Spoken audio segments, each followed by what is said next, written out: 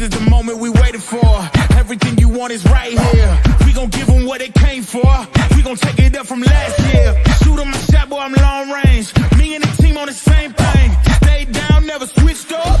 Only thing changed was the game. I'm in the zone now. Nothing can change what we on now. When I pull up, know it's going down. Foot on the gas, ain't no slowing down. Aiming for greatness, no settling.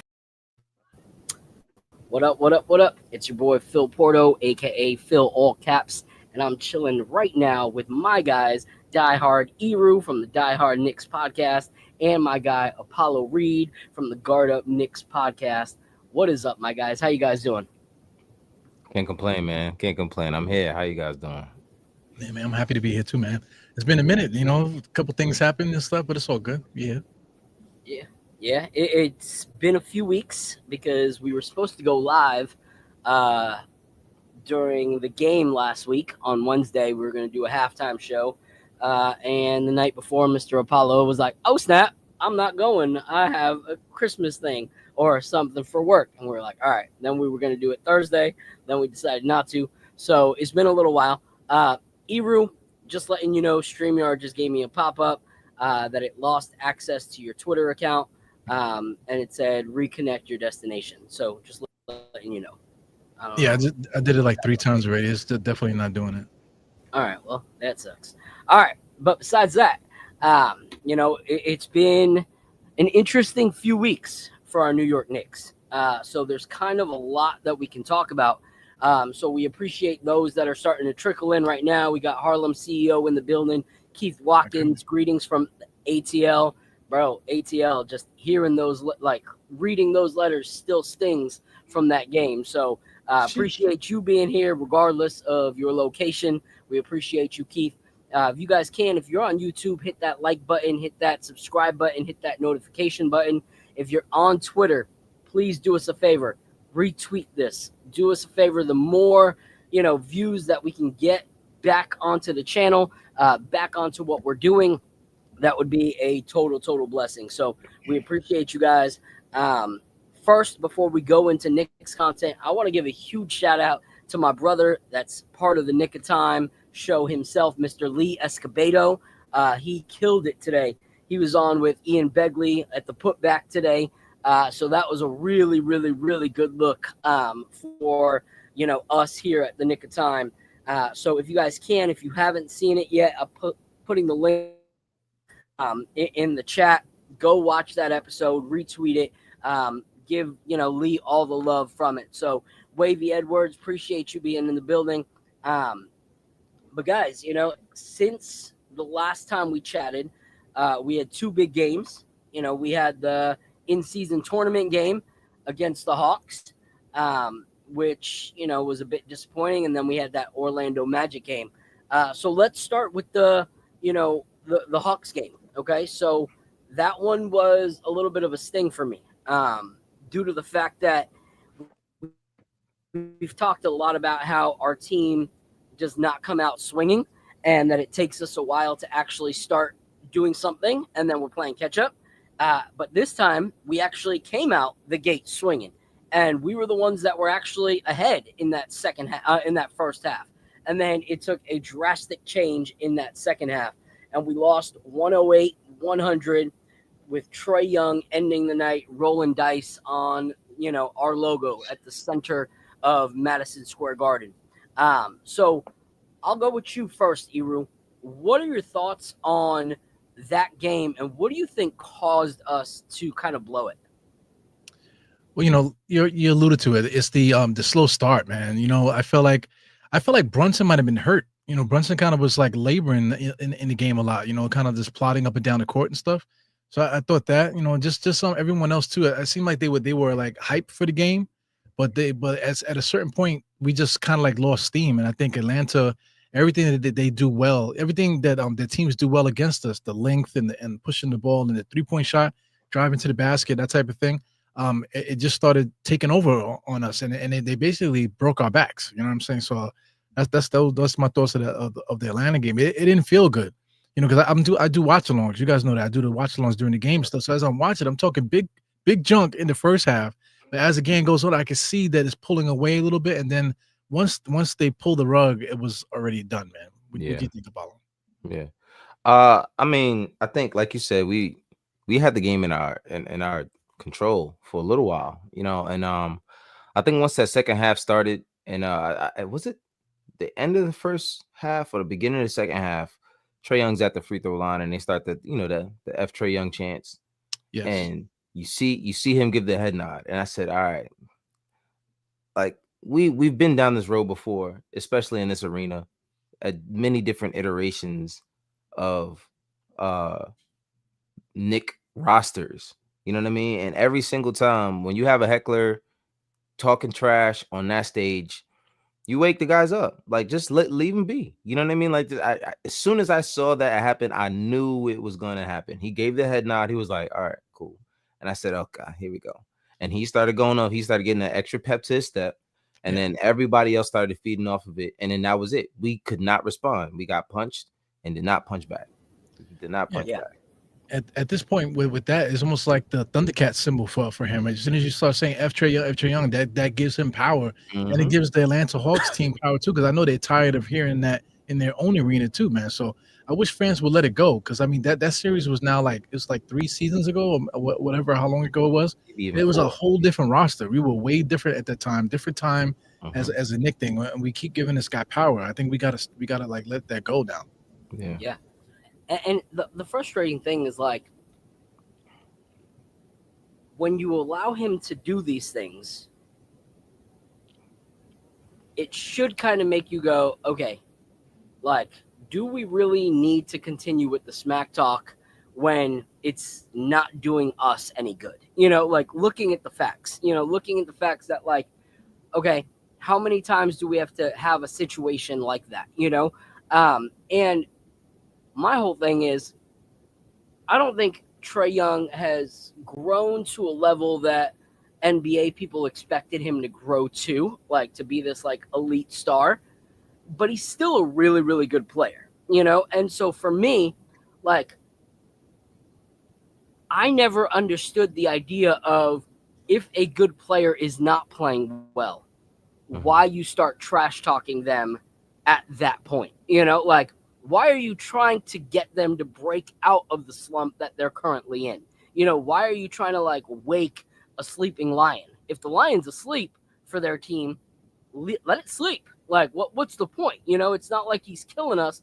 Like, typically, all that stuff, all the trash talk and stuff like that, was to get in the head of a player that was getting, the best of us, but when he's not doing that, why are we going to try and open that floodgate? Why are we trying to spark something there that's not there right at that point? And so things like that were frustrating, because if you look, he wasn't having an incredible game. Even at the end of the night, he only ended with 22 points, so, and that was after we fueled his fire.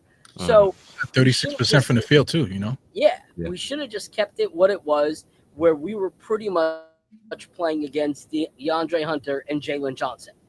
We would have won that game, Not to say he wouldn't have woken up anyway, but it is what it is. The frustrating part is how we lose leads. Like, this is one of those things where you see we were up like 12, and then all of a sudden we're down 10.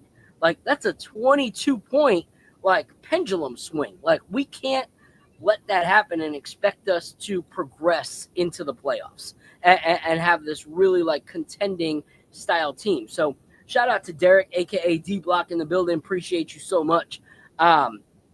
But just to add to what you're saying there, in the third quarter it was 34-18. Apollo was alluding to that. As soon as we started talking junk, that's when the floor fell from underneath us. And like, my thing is, like, it's like a culture thing now, because we also talked about that, before the show started. Apollo was talking about, like, a tweet, and how people are more excited about talking about the negativity. Like, we'll post a bunch of good things, and it won't get as much engagement as something like completely negative, especially on my channel too. If my veins are popping out on my head and my neck, and I'm cursing like crazy and I'm going crazy, those are the videos that people want to see all the time, and I don't have the energy in my soul to do that, like, night in and night out. So I wonder if fans even care about the game anymore, more about the spectacle than the actual, the game itself. Yeah. Facts. Yeah. No, that's a great point. And the crazy thing for me is, like Harlem CEO said, you can't go from being up as much as we were to down as much as we were, and then just start blaming the refs and barking at the refs and being frustrated, because the refs didn't make us lose a 22-point switch. Like, that didn't happen. So at the end of the day, stop barking at the refs and start barking at your teammates to play better defense. Start barking at yourself to play consistently and not let them come back. And so that was also frustrating, was watching our team start to take that slide and spending so much time trying to correct the refs instead of trying to correct themselves. Sometimes it is the refs. Sometimes you can see a whole game and go, yo, that was called so unfairly. But to think of the fact that, like, the Hawks are getting destroyed and they're so focused that they continue to just fight back. And then we start losing that lead, and instead of fighting back, we complain. That's frustrating. That's frustrating to watch. But that was my thoughts on that Hawk game. Not really much to talk about. Obviously, there's all the talk of Knicks Twitter and Knicks Facebook and all that about, we don't have any enforcers. No one should have allowed that to happen, which I understand to a sense. Like, it's not like we're going to see old school, friggin' Malice at the Palace type of situation. But there was no one that really said or did anything. Josh Hart said he didn't see it, which is whatever. But out of as many players as we have, someone saw it. Someone saw what he was doing and continued to just sit around and allow it to happen. And then Isaiah Hartenstein comes out and says he would have never let that happen. And people are like, oh, yeah, what's iHeart going to do? And then what happens? iHeart pretty much almost fights somebody on the Bucks like 2 nights later. Yeah. Julius Randle laughed at the situation when he heard about it in a post-game interview. But what are we going to do? It was just upsetting. I guess we got to move on from it. But, when Jalen Brunson says things like, when asked about it, talking about how, we lost the game before that happened. Like, we allowed ourselves to, be embarrassed before that ever happened. Still kind of gives, my opinion, excuses for why no one did anything. Like the game before, you got Karl Anthony Towns pointing at the jersey, screaming "New F in York," and then like all of a sudden this guy comes into the Garden again, embarrasses us, and no one says a thing. So what was your guys' thoughts on that whole thing? Yeah, you can't have it both ways, man. You can't one day do that and then the next day like nobody does anything. But at the same time too, they're a professional team. It's not the streets, because just I'll throw it like this, like when I was younger, there were no gangs in New York yet. The Crips and Bloods weren't there, but they had different crews and stuff. So anyway, this guy that used to live on my block, he moved away, but he used to come by. We used to play basketball on the block. So him and his friends came through and they wanted to play a game. So anyway, so we was playing on our block. So we ended up losing the game, right? So the prize was if they beat us, that they was gonna spray paint their crew name on the street. You know what I'm saying? So we're not in no crew or no gang or nothing like that. So when they did it, what were we gonna do? We were gonna fight the guys to the death when those guys are legit street guys. What we were gonna get into a gang fight over that? You know what I'm saying? So you have to be just pick your battles. Pick your battles and don't allow people to do something like that to you. You know what I'm saying? Don't put yourself in a position where they would do that to you. So I kind of agree with Brunson, but then again, like you said, one day is one thing and the next day is not.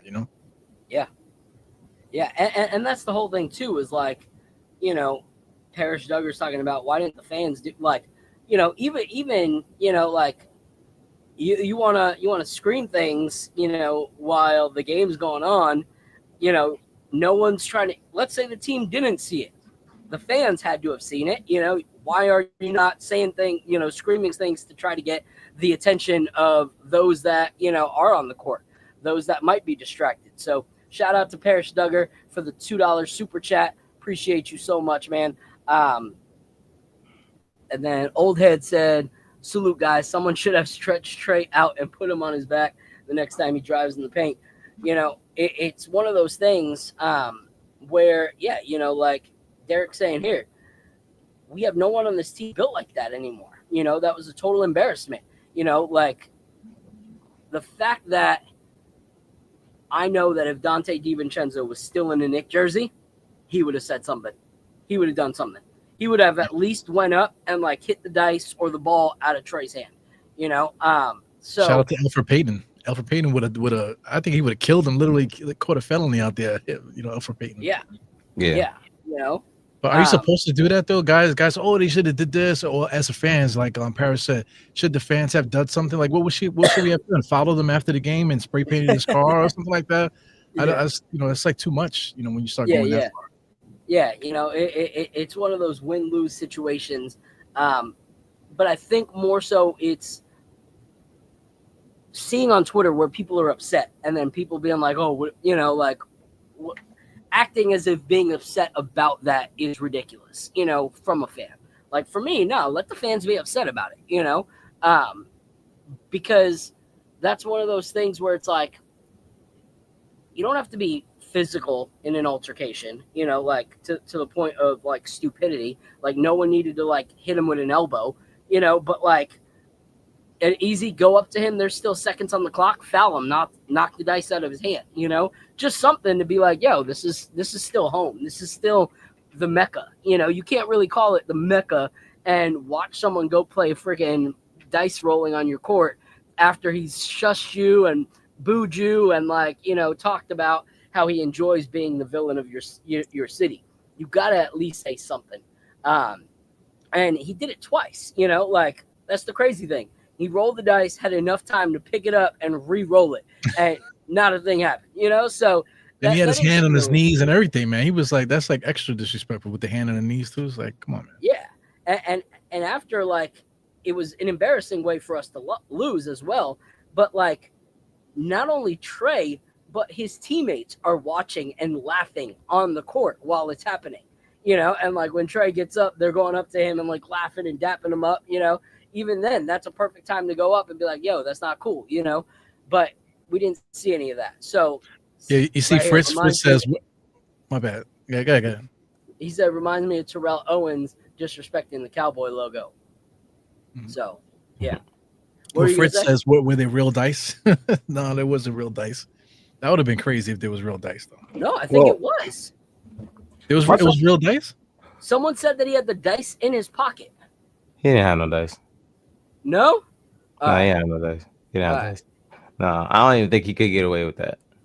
If he had real dice, then I could see fans jumping on the court. Yeah, that's different. To death. I'm watching the video right now. Yeah, I just looked at it.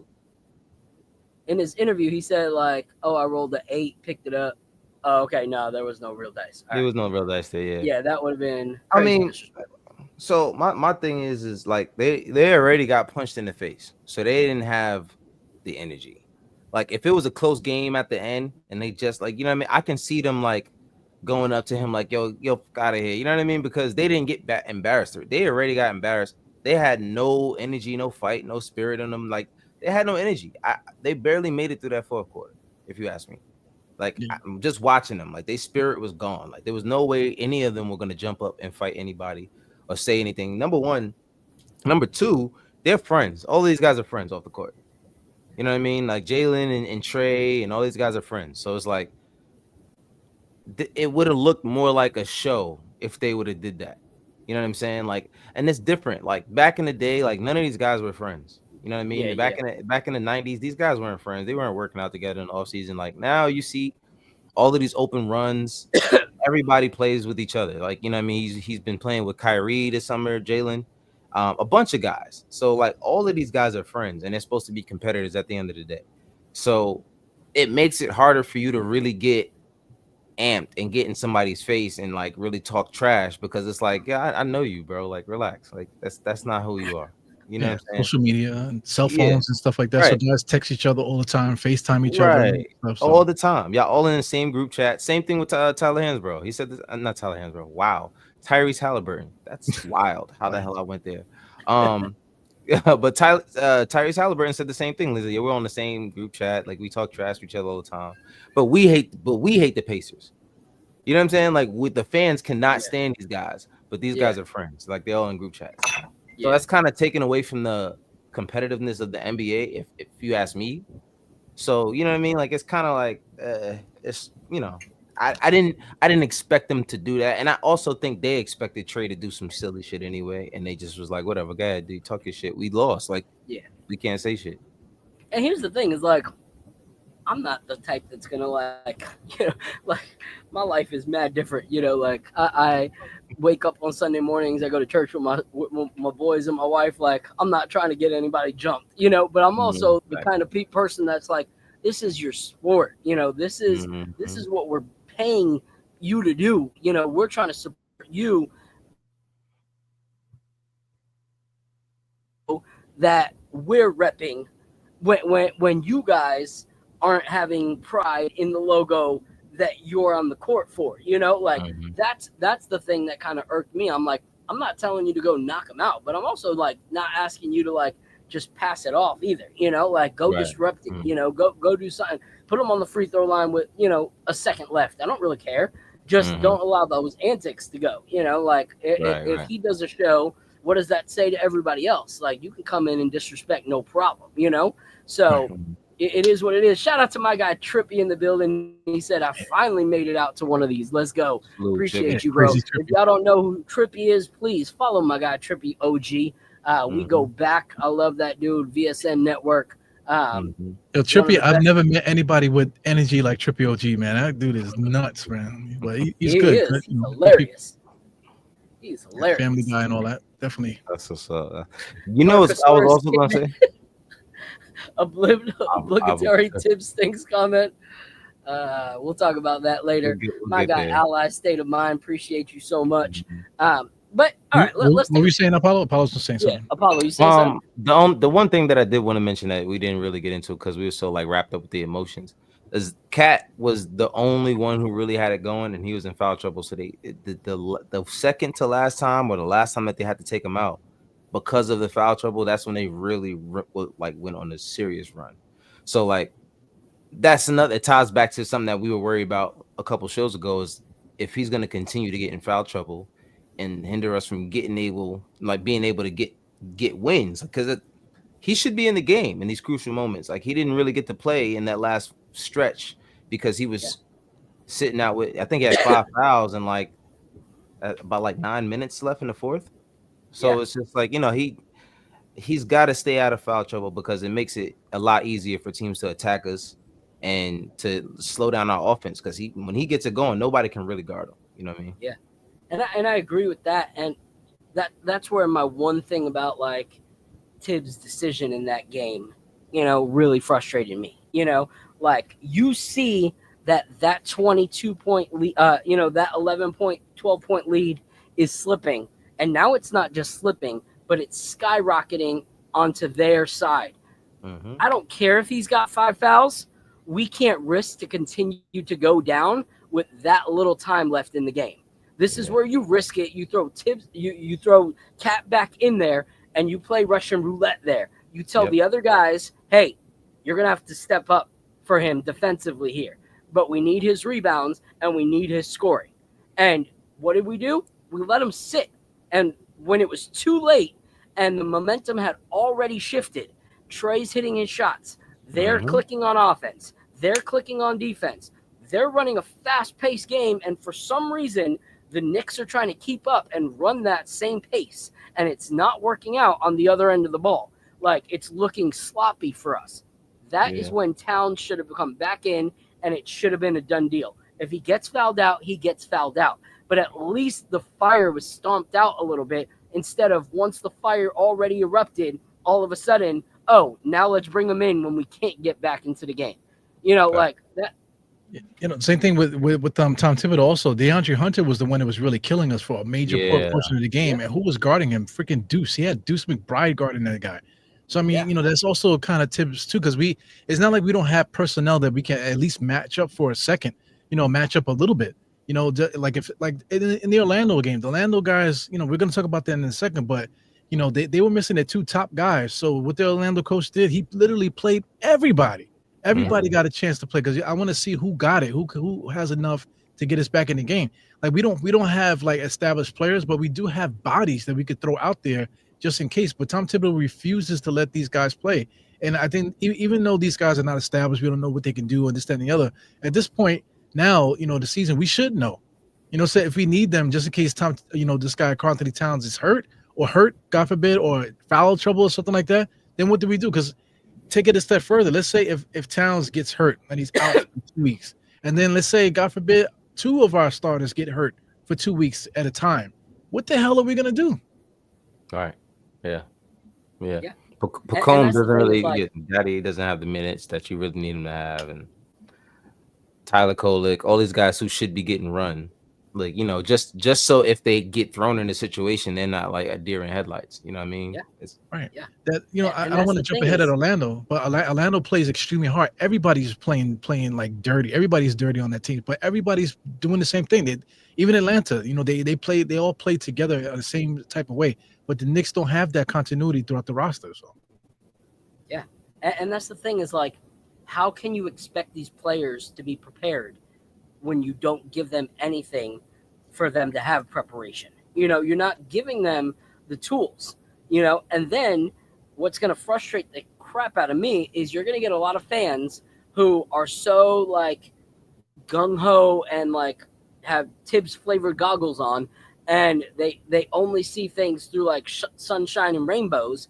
They're going to defend Tibbs when those rookies have to play because of injury or whatever, and then those rookies don't perform up to a level that they would want them to perform at, and they're going to say, see, the rookies aren't ready. They're not good enough. That's why Tibbs hasn't played them.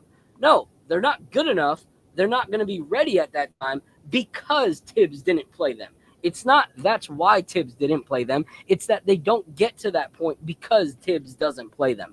That's the frustrating part. So before we move on and we go to the next part of our show and talk about that Orlando game, I want to encourage everybody, if you can, please hit that like button, hit that subscribe button. If you can, pull out your phone, see that little icon in the top right. That's Buy Me a Coffee. That allows you to buy us a coffee. Technically, it's a super chat without losing all the money to YouTube. And so anything helps, you know, keep the show going, keeps us going. And now we're going to go to the part of the show that I love. You know, we're going to do one of these. We're going to grab a drink. All right.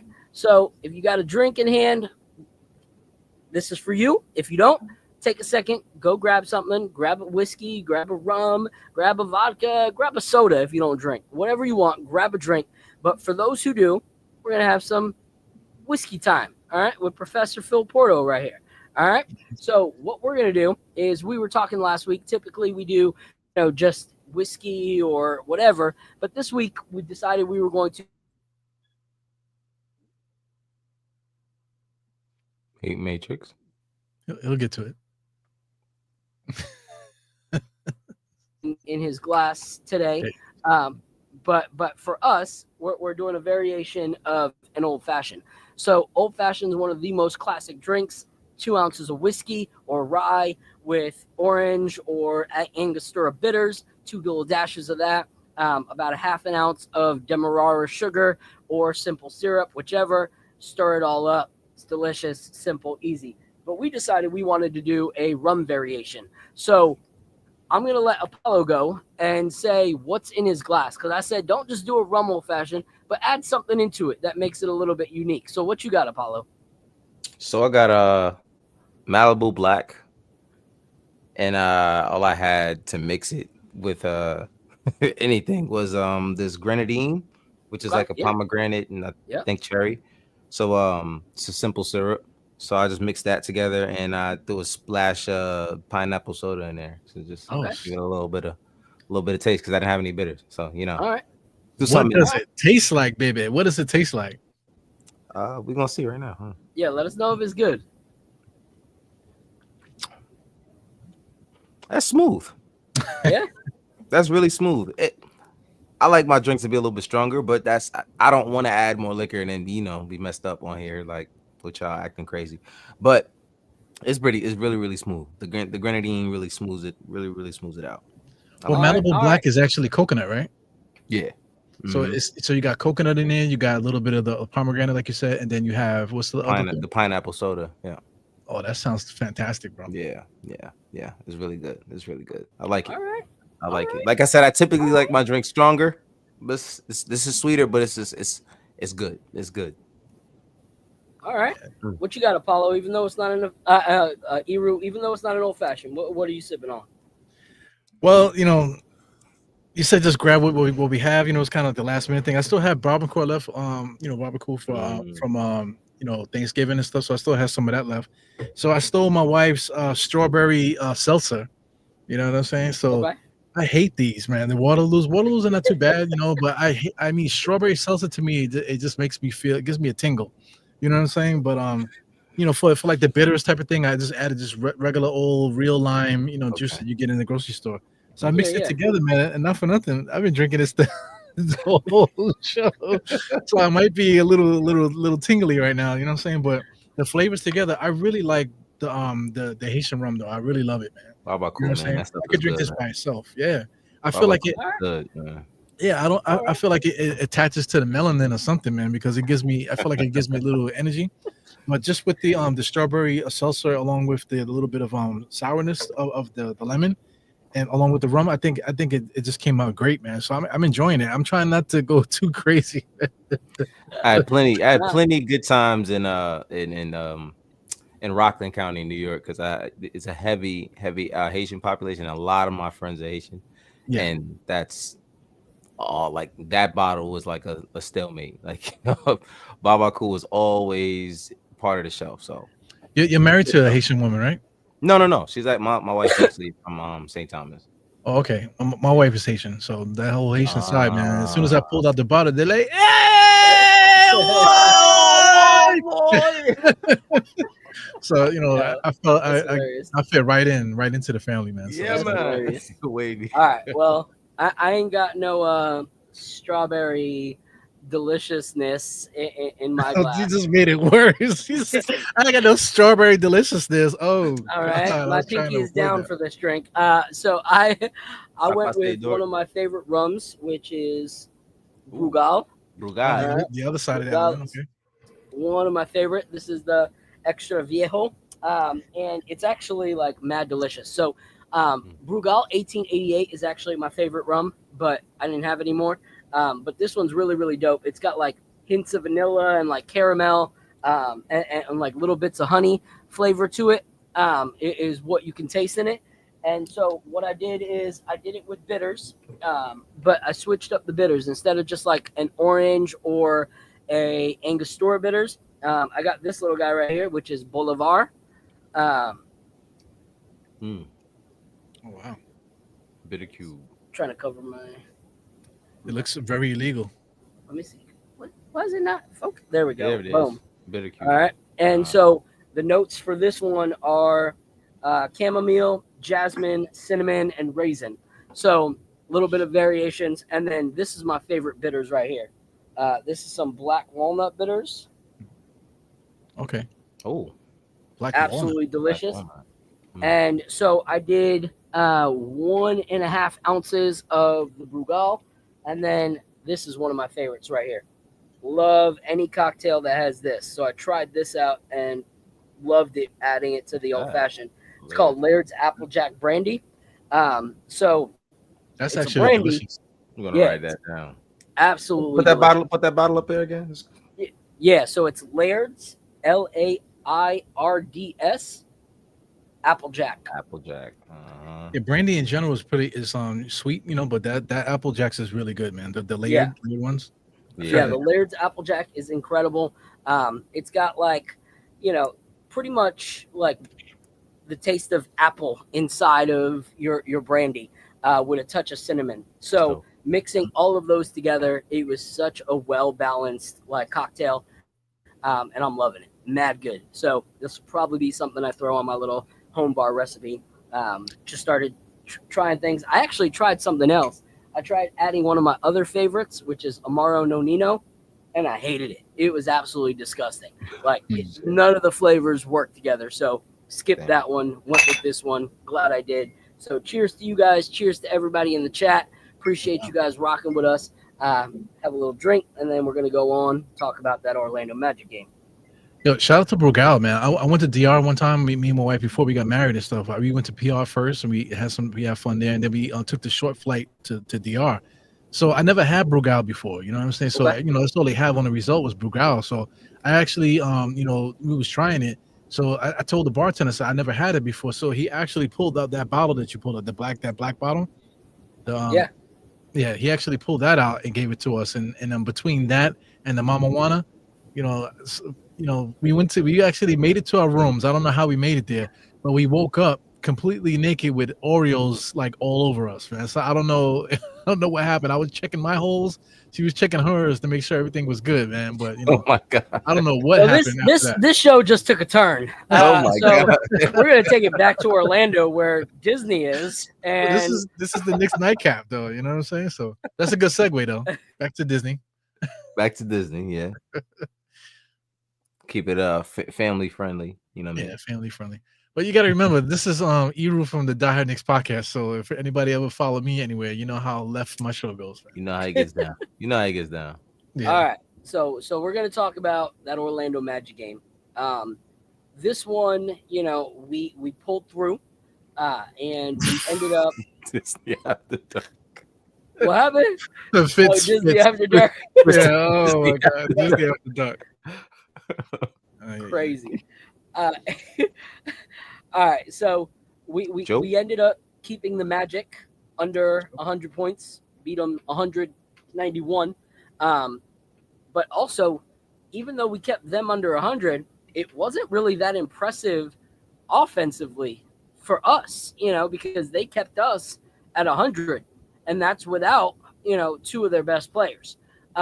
So thankful for the victory, but like always, I have to be honest about what was not there. We beat them by 8 points, I think it was. What was it? 9 points? 9 points. Yeah, we beat them by 9, but their two best players weren't there.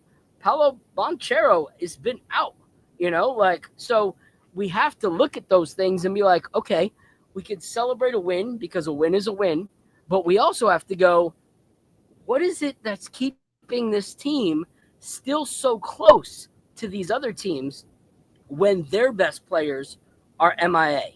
Like, our players were there, we were playing. And so they didn't have two of their best guys, and we still only beat them by 9. Like, what's going to happen when those guys come back? What's going to happen when Franz is back, when Paulo is back? Like, are we going to still be able to pull it out, or are we going to unfortunately face another loss? So what was your thoughts on that game, Apollo? I mean, I'm glad we got the W. Salute Joe, my guy, 1 quarter of the Guard Up Knicks show. But he's dope too. Regular Joe's dope. Yeah, he's an encyclopedia. But I think the problem that I think they're still having is they put together like these patchy runs. It's like they look good for like 3 minutes, and then it goes away for 3 minutes. And then once teams figure out how to keep you in that cycle, it's like, okay, we know exactly what they're going to go through when they start missing shots, how they're going to start playing defense. And it's the same thing every year. These guys start missing shots, then they don't want to play defense. And then it's just a vicious cycle, and it continues to happen. Now, these guys didn't have, like you said, Paolo or Franz. In this entire game, it was almost like we couldn't really pull away from them. That was really frustrating for me to watch. And then the whole time after Jalen Suggs gets out of there, then we're still struggling. It's like, what is going on? So I think Kat did say something about it's going to take us a minute to get the defensive side of things wrapped up, but we're starting to figure it out on the offensive end. And I hope that's true. But I don't see how that changes without a personnel change defensively, because it just does not look good. You know what I mean? These guys don't grab rebounds, and they don't box out half the time. It's simple stuff. And then Mo Wagner was just going off like he's I don't know, man. Like it was just very frustrating to watch. Like I said, I'm glad we got the dub, but it wasn't impressive. Hero. Well, I mean, segue Mo Wagner. He only played 25 minutes, but he had 32 points. He was literally whipping us down, man. So it's scary, man. They don't have their two best players, but we couldn't do anything with De Silva either. I mean, De Silva, we couldn't do anything with him. He was super smooth. He was kind of erratic a little bit, but he was just allowed to get wherever he wanted to do at certain points of the game, and he got 20 points or whatever. So little things like that, and just the one thing that they have that we do not have, but kudos to our team for standing up to it. They have some real dogs on that team. Jalen Suggs, I think, lost the game for them because he kind of went out of control a little bit. He's almost like a John Starks. He went nuts, all right. Yeah. So he was actually playing super defense on Brunson for no reason, and ended up fouling him. Remember that scene? Yeah. So the guys are trying to calm him down and stuff, but he anyway, that's the way their team is. Goga, Pope was on one last game too. Jet Howard got busy a little bit. A lot of guys, they just have that energy. The Knicks, we don't have that, and I mentioned it before. They went 12. They played 12 guys in that game. The Knicks still was in their regular rotation. We just do not have anybody that matches the physicality that they have on that squad. So once they're 100%, you know what I'm saying? They can run an 8-man rotation, but if they want to, they could start pulling guys off the bench that's gangsters, and that are willing to put their bodies and put do dirty stuff to win games. And the Knicks don't have that. Like we don't have anybody that we can call that can come in and play at that degree of physicality, especially in the playoff situation. This Orlando team, is they kind of scare me a little bit here, a little bit. The Knicks just don't have those guys. We have guys that play hard. We're not soft or anything like that, but we just don't have those extra guys that's willing to put their game and their careers on the line, to make a stop or just to hurt us, So, I think that was the thing, So. The Knicks are lucky to get out that game because it was looking kind of shaky for a second, but eventually just our talent was just too much for them. Yeah. And so shout out to my guy Benji's in the building. Appreciate you, Benji, so much for being here. Shout out to my guy Andios NYK. Thank you so much for rolling with us. Shout out to David Smith. Appreciate you. One thing I want to say before I really give my thoughts on that game. Was Regular Joe, has some good points in here. He's like, Magic play that way. They still lose the game. We took the W. Let's, our best is ahead of us. First, I challenge that because we've been saying that for weeks. We've been saying, that the best is ahead of us. We're going to get it figured out. We're going to get it figured out. And my hope is that we are. But how long can we continue to say we will figure it out? Because after 8 games, that was the post-game interview, that we'll figure it out. We just got to click. Yeah, of course. Now we're how many games in? And we're like, okay, give it some time. Well, how much time can we give it, So my only thing, he's talking about how, the Orlando Magic are us 2022, 2023, where we have no three-point shooting and whatever, which is true. But they have assets and they have young players that they can move by the trade deadline to fix that. Like, they can easily fix that. They can go after a three-point shooter and make their second half of the season look so much more complete than the first half of the season. Our thing is that our defense looks completely unhinged, and so if we don't make those changes by the trade deadline, it's going to not end the way that we want the season to end. So they can make a change and make themselves a lot more competitive for the second half of the season. If our defense does not change, it does not matter how good our offense is, we are not going to go far. As much as I would like us to, if our defense doesn't improve, we're not going to go far. So I will say a highlight from that game was Cat versus Mo. Like watching Cat get physical, kind of have a little bit of a chip on his shoulder when he was playing. That was fun to watch. That was good basketball. That was enjoyable. But I am very concerned when it comes to our defense. Yeah, the glasses just came on, man. I think I'm approaching, levels of alcoholism that's maybe a little bit past Nightcap. You know what I'm saying? I think I might be looking to do the after party now. You know what I'm saying? But I can't. Yeah, I agree with everything you're saying, Phil. But I just want to point out that Joe said something about waiting. Basically like waiting. He says we've literally watched teams take a year to figure that shit out. Yeah, gotta chill. Yeah, I get that. We could wait for this team to figure it out because I just literally had a pod like just before this pod where I was talking about the Knicks just really if anything we could just get better internally by letting guys get healthy once we sign Shamet and Mitch Robinson comes back. Now that Precious is back, now we have a much stronger bench and stuff like that. We could just wait for that to figure itself out. You know what I'm saying? But and then wait till next year and then figure things out that way. But also too, those whatever problems we have is always going to be there. There might be some tape or something or some like what do you call flex seal that we could put on a leak. You know what I'm saying? But we still have that issue. It was never really fixed. You know what I'm saying? So these are things that we got to figure out within the next 2 months, whether or not we do make a trade or not. But now these things that we've been complaining about all year are becoming much more clear now. So I believe whatever that's going to happen, I think once the trade deadline comes, we'll definitely have that answer when that time comes. And to your point, I'm in the Matrix, but that's an ill picture though, right? Apollo? That's a fire pick, right? Hold Hell on. yeah. See if I can get it real quick before. For real, that's like an album cover right there. Yeah, that's fire. I ain't gonna lie. He gonna like that. He gonna like that. Yeah. You back. You're back. All right. Dang. All right. So I'm not trying to make it seem like we need to be this microwave basketball team, where we just figure it out overnight. However, what I'm saying is we are not seeing improvements on the defensive end. And that is the concerning part because we could score all day, but we're allowing teams to score more than we are. So it doesn't matter that we can score all day.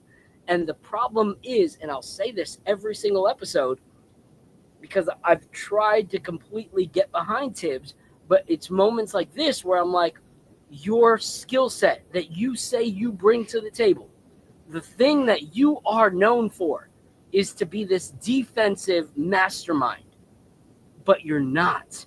Like, you're a defensive mastermind of the past. And that is the frustrating thing. My boys, they are freaking 4 and going to be 7 in 2 weeks. They can sit down and watch a game with me and say, hey, Dad, why are they always running after the guy that's shooting and getting there too late? Like, if my 4 and 7-year-old can figure that crap out and know that that is an issue, that we are always a step behind because we're playing this outdated drop coverage, I'm sorry. Like, something needs to change. Your kid's got a bright future, man. Exactly. Better basketball takes than most of Knicks Twitter. But, at the end of the day. Double down on that. My kids, too. My oldest son, he was talking about, I wouldn't have done that. I was like, what are you talking about? He's like, I wouldn't have done that. The move that he made, he would have done something else. And I'm looking at him like, yeah, that's exactly what I'm thinking. Like, so like just to your point, like it's elementary, the little problems that we have that we could fix. Yeah. And so that's not me wanting to jumpstart. What I'm saying is I'm not seeing any, besides OG, I'm not seeing anybody that makes me go, all right, I have hope in this defense. It's just a problem. And we need to work at it if we really, really want to compete. And so you brought up trades. So we got to have the, obvious conversation in the building. Because Nostalgic Nick was talking about how he just talked to Stephen Bondi. And it looks like there is, potential trades that are being explored right now. And I read a very similar article earlier today by Heavy.com that says Knicks McMahon becoming hot trade target as deadline looms.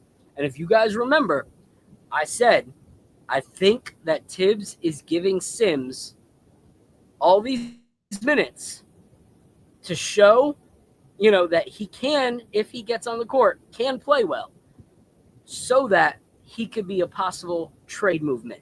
Either him or Mitch, one of those two will most likely be moved. And now that's what we're seeing. And so the article was talking about how there's interest from, many suitors, such as Golden State might be interested, the Mavericks, Chicago Bulls, all showing interest in a Jericho Sims trade. And so this could be something that we see happen. And so, what do we do if that trade was to happen? Like, what are we going for? Like, are we banking on, Mitchell Robinson coming back and being healthy for the rest of the season? And so we trade Sims for a different kind of piece? Or are we saying, hey, Mitch is probably a bust. We need to trade Sims and get this kind of center.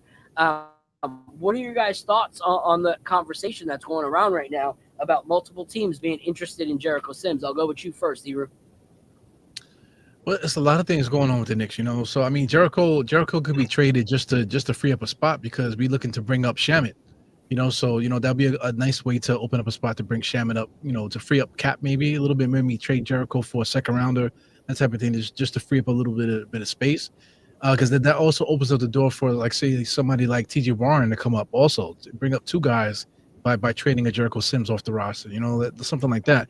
But just like you said too, like maybe even just like something a little bit bigger, like adding another player to that mix to get a player in here that helps out the roster, man. So, this is the time.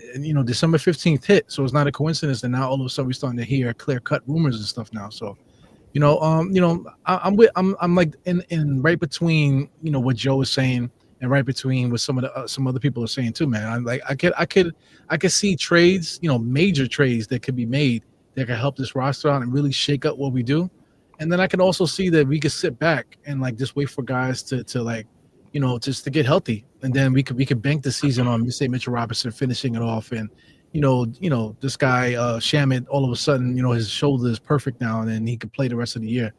But those are major question marks, and the Knicks definitely gonna have to figure that out. If we, let's say if we do make that decision, and it doesn't pan out either way, we're gonna have to deal with that the whole season, the rest of the season.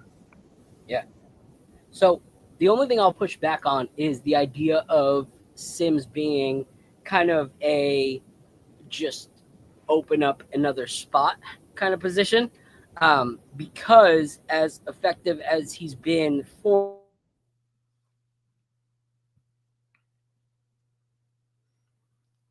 Come on back, man. Come back. Don't stare at the light, man. Come back, Phil. Reel him back. Gotta give him the shaky voice. Yeah, if you can hear us, Phil, hold the thought, man, because you're like stuck in the Matrix. You look like you're taking a dump too, man. That picture looks crazy. You got to blow bubbles, blow bubbles. That contracts the, the stomach muscles. That way you don't strain and get hemorrhoids and shit like that. Good. All right, sorry about that. It's all good. The weather here is horrible. I'm in the Florida Keys right now, and the weather is just trash. It's beautiful during the day, then it gets crazy back and forth. But I don't think personally that they would move Sims solely for bringing up a piece, since Sims has been effective for us, and our center position is a huge question mark right now. And especially because if you look, I don't really see like Tibbs trying to bring up just another player that he's not going to play. Like we have guys that, are probably better than the ones that he would bring up, and they're not going to see any time, such as Dadier and Kolek and everything like that. So I don't see that being the case. But if you look at the teams that need it, Golden State is trying to improve so that they can compete this year. Like, they are trying to improve. They just made the first trade of the season in grabbing Dennis Schroeder. Like, and so they're trying to bolster up their roster while they can. So if they go after Sims, like, they're going to give something, that can be beneficial to us as well. I don't know which way we'll go with it, but I would hope that if we trade Sims, especially with Mitchell Robinson being such a question mark, that we at least get something that can for sure benefit us this season. Like, we need something that helps this season, because I'm all for Landry Shamet coming back. Like, I think he's a hustler, and I like what I saw from him. But that's not going to fix all the woes that we currently have right now. So what do you think about these, so-called possible trade possibilities, Apollo? Um, I mean, if we're being honest, we started the season even after the trade that we made for Cat. We were still saying we needed more pieces. So, um, I don't think it's far fetched for us to be talking about trades right now, especially for guys like Sims and just movable pieces. You know what I mean? Guys that we feel we should have traded for other guys that we already got. Like people feel like a lot of these guys we should have moved in the McCall trade instead of the pieces that we used. And I'm like, if we could have, we would have. I'm sure, but also we, I don't know, man. I personally, I think like people saying in the chat, I think the possibility of moving Ryan because Ryan doesn't really play much, you know what I mean? So moving that to free up that roster spot, I can see that being the case. But I don't know what Sims brings you, but I hope they can swing something. I think something is there, you know what I mean, out there for them to go get, but I'm just hoping that they can swing. Here's what I'm saying. I don't want. I'm not the kind of guy to look at Sims and say, "Yo, I want that guy on my team." So if I am, I'm kind of like, what do I give up for a Sims? You know what I mean? And because now I'm thinking, what do we need, and what could we possibly get back for Sims? And I'm sure there's something out there, but I for once I want to get somebody that Tibbs has to play because I don't like getting guys that he can just sit on the bench whenever he wants, and then we play a 7-man rotation. Like the fact that the Knicks bench averages like 60 minutes a game, which is the lowest in I think like franchise history or some shit like that. It's kind of like ridiculous, you know what I mean? So like, I don't know who we can trade Sims for, who's gonna force minutes and cause real change for this team. You know what I'm saying? So, hopefully they can swing for the fences and get something. But I love the fact that we're trying to make moves because we need the pieces. We need pieces because we're clearly not a complete team. But we'll see what happens. I'm looking at Golden State, man. They just made a trade for Schroeder, but I'm looking at their roster. Like, do they even need Schroeder? Like, why would they trade for Schroeder? So then they're gonna trade for Jericho Sims now. So I'm looking at their roster again. Who do we take off their roster for Jericho Sims? Just to double down what you said. Like what's the trade market for a Jericho Sims? Because we think that he might be on the spectrum or something. He's just not. He's like deer in the headlights a lot of times. We don't know what the hell's going on with Jericho, but he has talent. He has God-given ability, and he does have a little bit of talent. Sometimes he does things. And you're like, oh wow, look at that. Mhm. But at the same time, is that he's just like. We don't know what he can bring. So what would we be able to trade for Jericho? You know what I'm saying? So and then Right. I don't know. It's just it's interesting. It's the beginning stages of the trade market. But I feel you muted yourself, Phil. Oh, he's muted. Yeah. All right. If you look at their roster, they are missing anybody in the paint. Like, their biggest threat in the paint is Draymond Green. And sometimes that's fine when they run small ball, but a lot of times that's not going to be okay, especially in the playoffs. So they're looking at Jericho Sims. Apparently, the trade, Steve Kerr is wanting to start Schroeder next to Seth, Curry. next to Steph Curry. So Steph and Schroeder would be the starting point guards. So if you look at that roster, I don't know exactly what they would even trade, but there are things that we could benefit from. We could definitely benefit from I don't know, maybe even a Kyle Anderson kind of player. Someone that's got a little bit of experience that can come off the bench, play that. Would you forward trade Kyle position. Anderson for Jericho though? I don't know what his value is for them. Honestly, I haven't seen him play. Like, I haven't watched him much since he's been at Golden State. But I just feel like, what is not something that necessarily fits in what we're trying to do would fit in their kind of offense. The kind of offense where a guard demands a double or triple team at all times.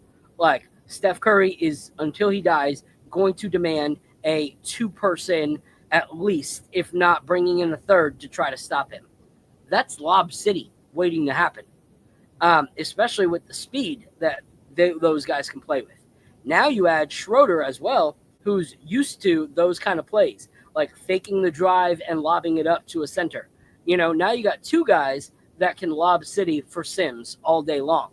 So, can I say something? Yeah. If Sims goes to Golden State and they use him the right way, do you know how Knicks Twitter will blow the hell up? Oh yeah.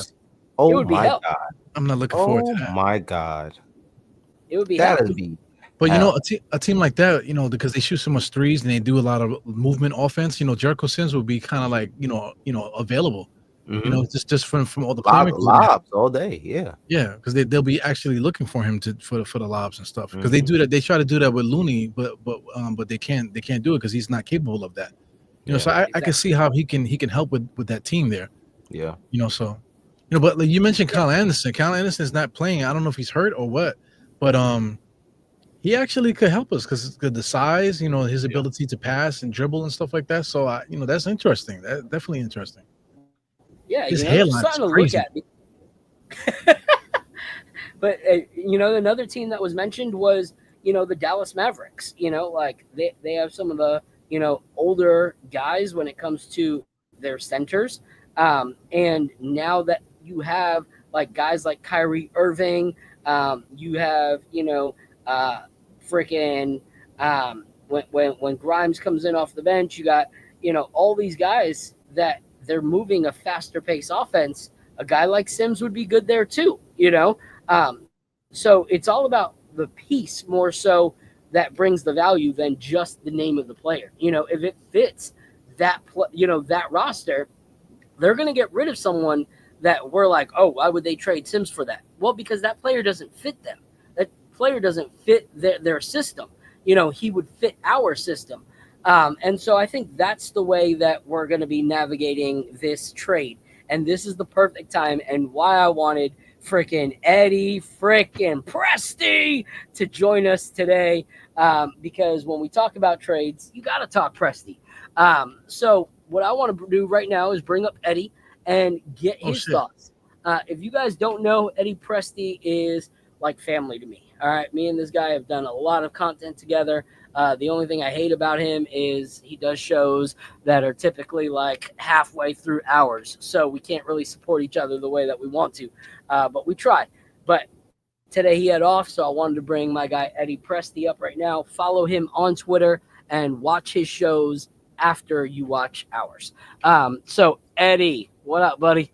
What up, Phil? What up, Beaver? What up, Paulo? What's going on, fellas? What's good? What's good? What up, bro? All right, so this is the perfect time good for to be back. It's the old brew days. Yeah, you know. We don't have that fucking scumbag with us. He started right away. The shades, my shades are on, man. So I'm like borderline scumbag. So Nah, you're not like that guy. You're not like that guy. All right, Eddie. That guy likes to steal 5,000 followers and make it on his own. That's what that guy does. Fucking boy. All right, Eddie, let's channel it in. Let's channel it in. All right, so Eddie does not want morning coffee anymore. This is the late night Eddie. All right, Eddie. So it's come out that, and Stefan Bondi has confirmed it, that there are multiple teams that are interested in making a move for Jericho Sims. And some of those teams that they've talked about are the Golden State Warriors, the Chicago Bulls, the Dallas Mavericks, and I think, those were the three that have been mentioned so far. So what are your thoughts on a Jericho Sims trade, and what do you think that we need to be looking for the Knicks in return?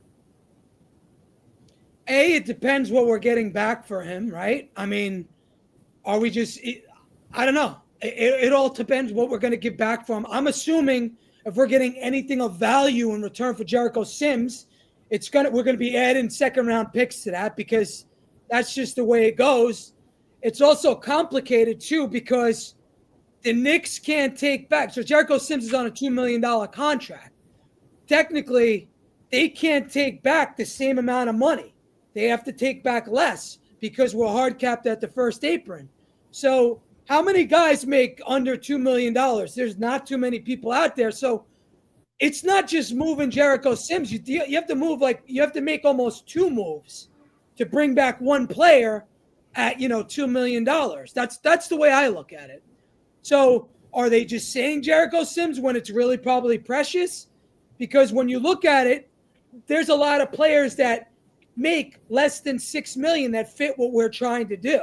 So I could see it more being Precious and a bunch of second round picks for somebody in that $5 million, $4 million range, especially a team like, with salary cap space. There's teams like Utah, although we're not getting Walker Kessler for Precious Achua.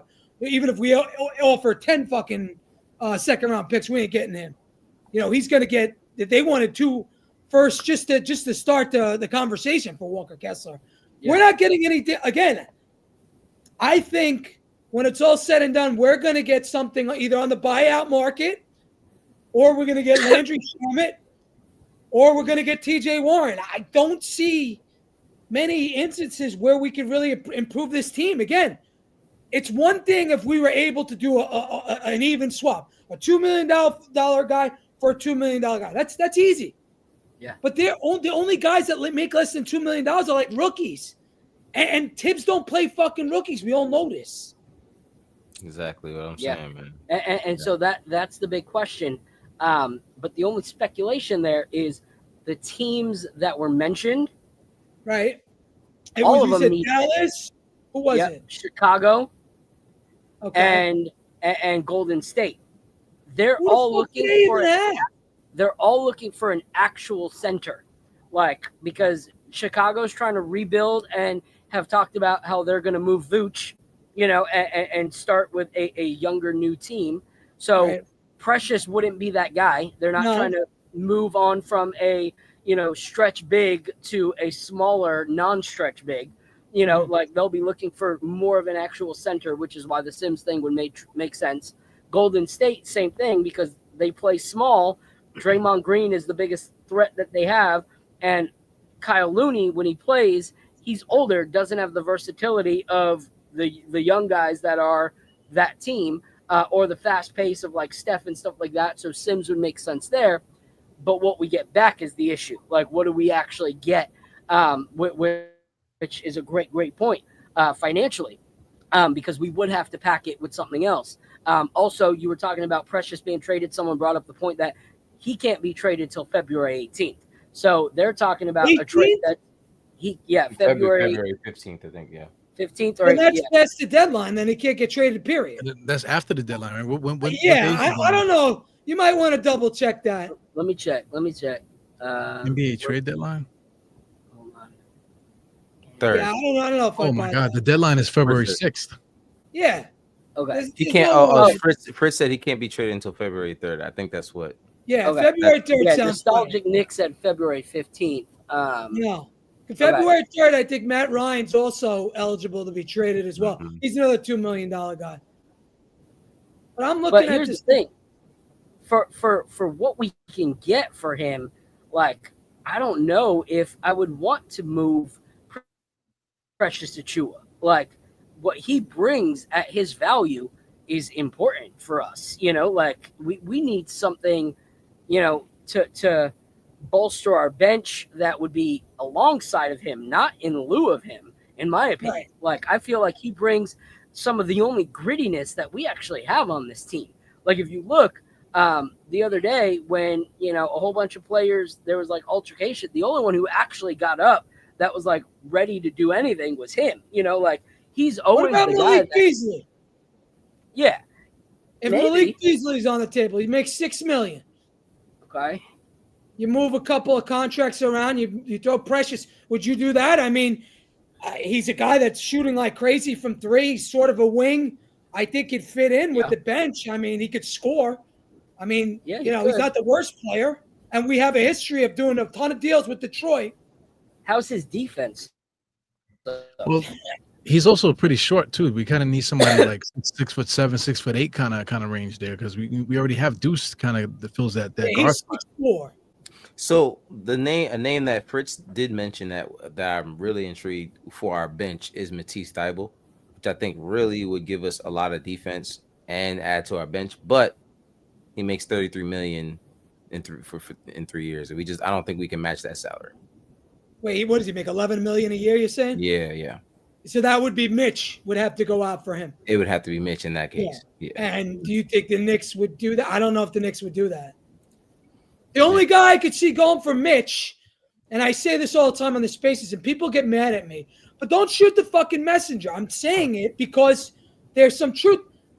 Kelly Olynyk.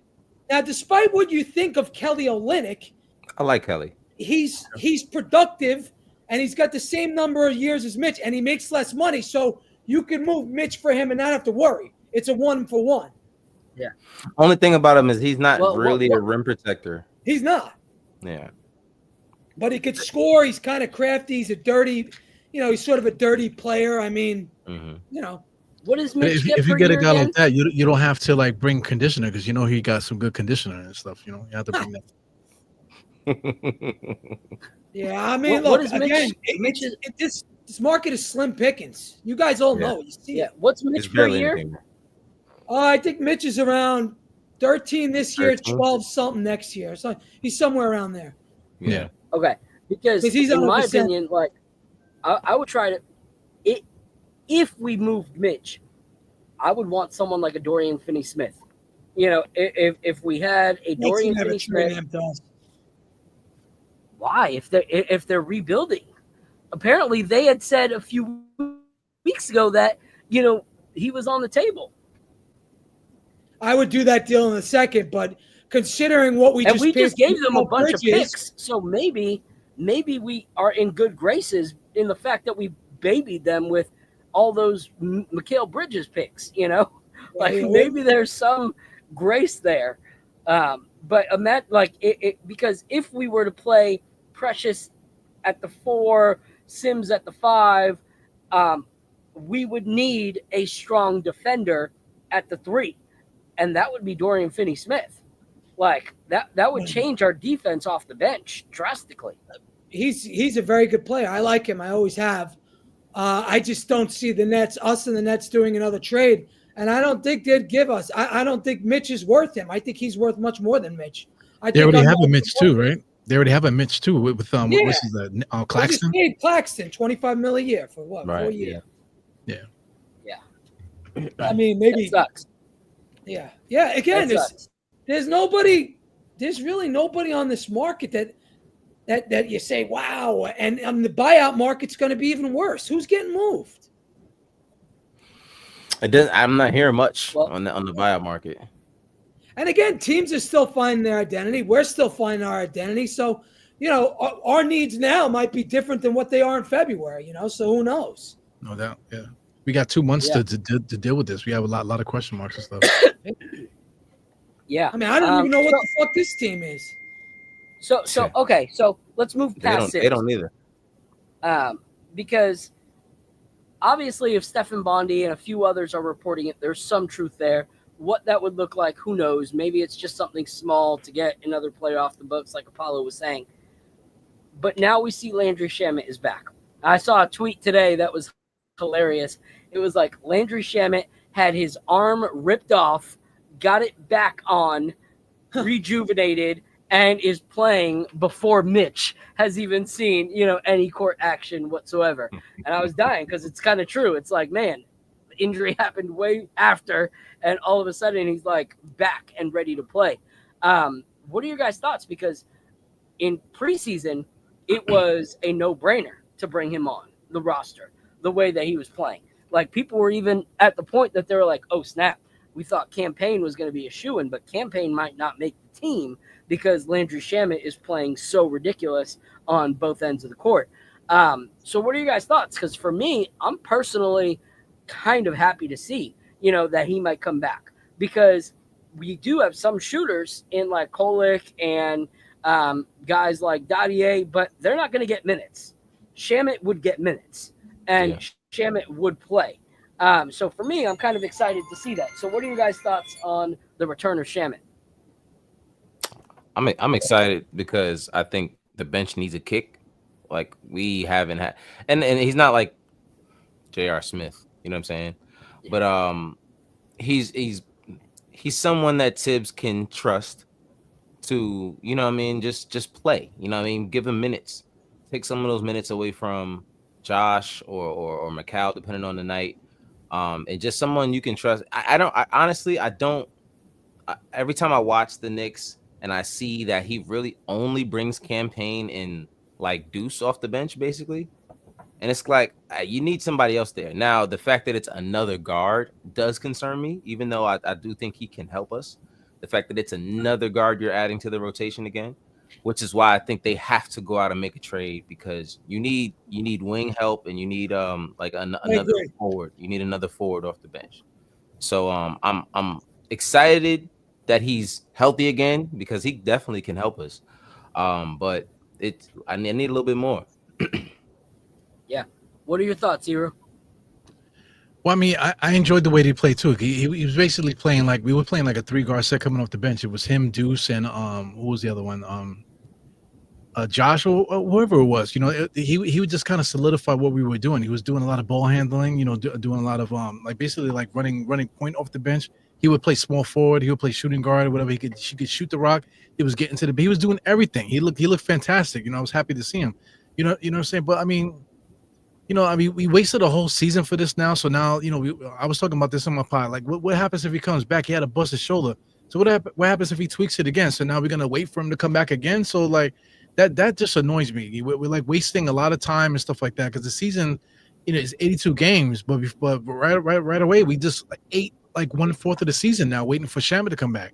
So if he gets hurt again, we can't afford to eat another quarter of the season waiting for these things to figure itself out here. So I mean, just the writing on the wall for me is just a trade needs to happen. If you think Shaman is the guy, then maybe Deuce is the guy that might need to be added to a trade, to entice, to add him to like a Precious or add him to a Mitch, just to get like a bigger player to add to the mix. Because we actually we need help rebounding, we need help shooting, we need help defense, we need help with the rotation, so something's got to give with this thing here. So, I'm aggravated, but I'm not quite ready to like, go off the deep end. Jump out the window yet. Yeah. Yeah. All right, Eddie, what are your thoughts? I have, as far as I'm concerned, Landry Shamet is ass. I watched him. Seriously, I watched him last year in the last couple of years. I think he's been on the Wizards. He was terrible. Sonny Carton brought this up the other night. Every single year over the last 6 or 7 years, his 3-point percentage went down every single fucking year consecutively. So, what? I'm supposed to be excited for a career 33% 3-point shooter? The guy's not a two-way player. That's a bunch of horse shit. You ever watch the Wizards play defense? They can't play defense. They can stop anybody. So, again, we have nobody. So, I guess it's okay because it's better than nothing. But I don't know if he's the savior. He's not a savior. He's a piece. I'll take it. We'll see. But I don't know if he's going to be enough. I happen to agree with Hero, what he's saying. I think we need more. But I don't think they're going to be willing to trade a Deuce to get it done. It's going to be somewhere along the lines of either Precious or they'll move Sims out and they'll try to clear cap space and they'll get like a $2 million guy, some veteran make it $2 million, and that's going to be it. And that's it. They're riding or dying with this team's top five, with their starting five, because that's what scores. Everybody else is neither here nor there. Okay, Deuce is okay, but after that, Campaign he's okay. He's decent. He's no Dante DiVincenzo. So we'll see. We're gonna ride and die with the starting lineup, and if the starting lineup's able to put up a bunch of points every night, we don't got to worry so much about the bench. But I do worry about the bench because we're last in the league in scoring in the bench. I think we're last in minutes played over the last 17 years or something like that. I think 19 years. 19 years. Yeah. Shout out to New York. That's aggravating, man. That's like extremely aggravating. So that's the frustrating part is we're relying on the scoring of our top five.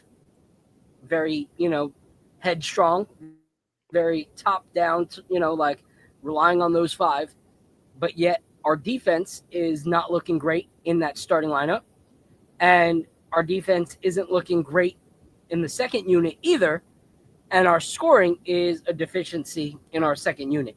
So if we're allowing teams to stay in the game with our starting 5, and then our starting 5 sit, and we're not getting production from our bench, and we're also not stopping their bench, that puts us in a hole. Like, that puts us in a real big hole. So my whole thing is, like, if we ride with this, there has to be a drastic light bulb that goes off, and that this team has a drastic change when it comes to how our defense is from top to bottom. Because if we're not going to get guaranteed scoring off the bench, and we're not going to get guaranteed defense from our starting unit, it doesn't matter how good our offense is, we're still losing games no matter how much we score. Because those we teams, could outscore teams if we want to, Phil. we They have could, enough talent to outscore teams. we could, but Yeah. we don't have enough defense to, as we saw with more than enough teams. Like we were talking about that Orlando game. Cool, we won it. I'm thankful that we won it. We won by 8 with 2 of their best players out. Like, what happens when those teams have their players back and we're playing actual full rosters, and our defense isn't stopping the players that can actually score at will? Because when you look at that Orlando Magic team, the only player that is actually known to score at will from those that were actually playing is Jalen Suggs. Okay, we stopped him. He's a terrible shooter. He's Terrible. erratic. Yeah, He's terrible very shooter. erratic. The whole team So, is a terrible shooting team. But They're terrible. he's able to score at will at most times because people are so worried about Franz and Paolo. They're not so worried about, Suggs. So Suggs gets a lot of easy buckets. What are we going to do when players who can score at will, like Paolo and Franz, are back? What are we going to do? We allowed Mo to look like Franz. We're the only team that's allowed Mo to look like Franz. Well, we do that night in and night out, though. There's always somebody. If you're 6'8" and over, we allow teams to do stuff like that. But just to add to like the defense and stuff like that, we actually need some rebounding too, because like if we have the size and guys in the position to rebound, that's part of defense too. In order to secure the defensive play, you need to secure the rebound.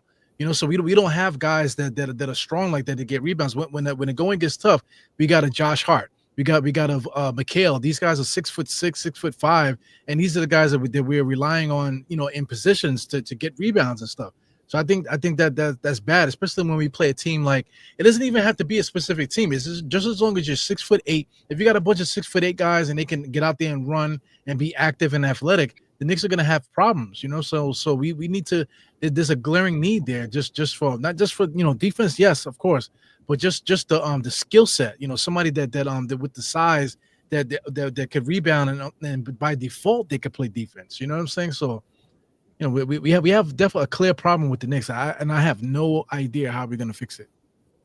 I mean, as far as the rebounding goes, I mean, we knew the second Ihart left and Mitch is hurt, and we're not going to be the same rebounding team that we were. I knew Karl-Anthony Towns was going to get a shitload of rebounds because it's by default. There's only 2 rebounders that are able to rebound on this team. It's Hart and Cat. Sims doesn't get enough playing time, and he's kind of not that good. And Precious is either here or there. Now, the one thing this team does that teams in the past years didn't do is this team actually can hit shots. So you're going to get less rebounds by default just by showing up because we shoot such a high percentage. But there's nights that we don't shoot such a good percentage, and you need to get rebounds, get offensive rebounds, get second chance point opportunities, and you need that to win. But with this team is so talented offensively.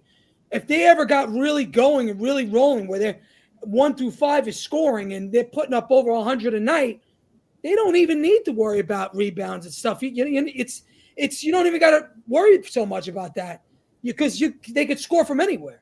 But it's just a matter of being consistent. That's all this is. And this team is anything but consistent. I don't know who the fuck this team is. This team doesn't play in any close games. We played in 5 close games, 5 points, 5 games within 5 points or less the whole fucking year. Each game has either been like 9 or it's been 10 points or more one way or 10 points or more the other way. That's it. There's no middle ground. Yeah. I can name the teams that we played close games with. So again, it's sort of a cop-out, but we're still a work in progress. We still are. But I agree with you. I would like to see those teams of years past where we rebounded, got offensive rebounds. Maybe Mitch helps, but how many minutes is Mitch really going to play? He's not going to play 24 minutes. He's going to get like 16, 17 minutes tops. So what is that going to get you? 5 rebounds? Well, aside from the offensive, we got to be able to get the defensive to keep the other team off the offensive rebounds. Yes. Because a lot of times we've been losing these games because other teams, they've been getting on offensive rebounds on us too. So, just the size disadvantage and stuff like that, we're talking about it, but like we're talking about trades and stuff, like say like the Jericho. I'm looking at like Chicago. They got guys like Taylor, Horton Tucker, and Torrey Craig. Name wise, those are the 2 guys. As far as $2 million players, out of the 3 teams, are the only people that I'd even know who the hell they are. You know what I'm saying? So, it's going to get very complicated. But at the same time, too, we got a guy like T.J. Warren that can come in there 6'8". He might be able to help us out a little bit. But at the same time too, when it comes down to it, if we can't outscore it, if we're not shooting the ball well, we don't have a fallback plan. When it comes to like those type of things. Yeah. So one thing I'll ask you guys, I read an article earlier today, and I didn't check out the numbers and all that, so I can't like speak on if this would even matter. But they were talking about how a player that the Knicks really should target, with the fact that Mitchell Robinson is, going to be reassessed end of January or February. And that's to be reassessed. Like, that's not saying that he's coming back. Like, how many times have we seen that deadline get pushed back further and further? So that's why this article was talking about, like, I'm not insurance. depending on that fucking asshole. No way. I'm not depending on him coming back. So the article was saying that someone that we should look at, because they've pretty much made it clear that they're blowing it up, is look at New Orleans Pelicans about trying to get Daniel Theis, or Theis, however you say it, off the bench as our security center. Because they're already talking about shopping. Zion's now officially apparently on the table. They're exploring Brandon Ingram trades. So they're pretty much moving on from the regime that they were building. Blowing it up, basically. Yeah, they're done. They should. So they got a lot of quality players. Daniel Theis type player. Bring some experience, bring some, toughness. Not a huge, bucket getter, but not necessarily what we need either. Averages 6 points and 4 rebounds a game. Makes $2 million. Sure. I'd take him. Yep. I'd take him over Jericho Sims for sure. Yeah, exactly. For the same money, why not? Yeah. So that could be a good fit. Like if we traded, to any of those teams that wanted a young center, and we pretty much just moved Jericho to get the money off the books, that could be a possibility as well. If you're in the chat, like, what are your guys' thoughts? Like, I'd love to hear from you guys on what you think could be a solution to our problem. Because I see, Prezi and a few others talking about who's going to want Mitch, and I understand that.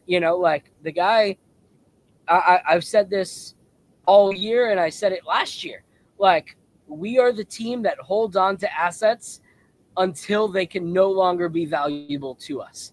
That is what one thing that this organization can do, is hold on to an asset for too long. And I feel like Mitch should have been traded a long time ago. Regardless of how good he's been in certain moments, the fact that he has barely been available to us in his length of time being a New York Knick, to me makes no sense why we've held on for this long and expect to get any return on that. What are your guys' thoughts? Well, if you mentioned Mitchell Robinson, in the Pelicans, he's literally from that state. You know what I'm saying? So, on my podcast, I just threw it out there just for like if what we're doing is just not working, like the size wise, we need a little bit of more rebounding. Maybe even though we can score, like we don't necessarily have anybody that we can give the ball to create a shot. You know what I'm saying? Because Mikal Bridges, we can't give him the ball and tell him to create something.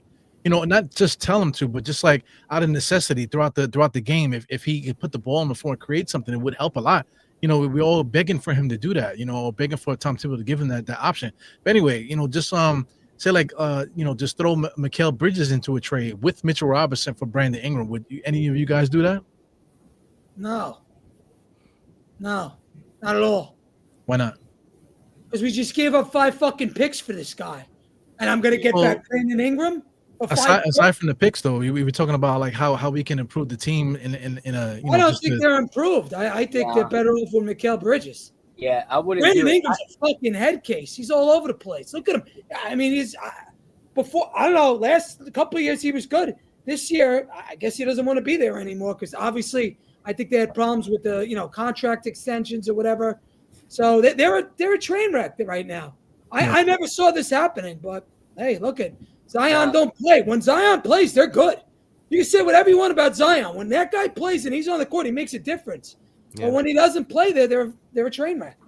Well, I just threw it out there because I mean, like if the the Knicks are trying to figure out how they can improve a certain way, or whatever. Maybe it's not necessarily Brandon Ingram, but maybe it's just that we might need to make a shift, like a lateral trade, not necessarily do something so crazy, but just something laterally to try to free something up a little bit. To change. I don't know. I'd give this team time, man. We just put this together. I'd give Mikal time for sure.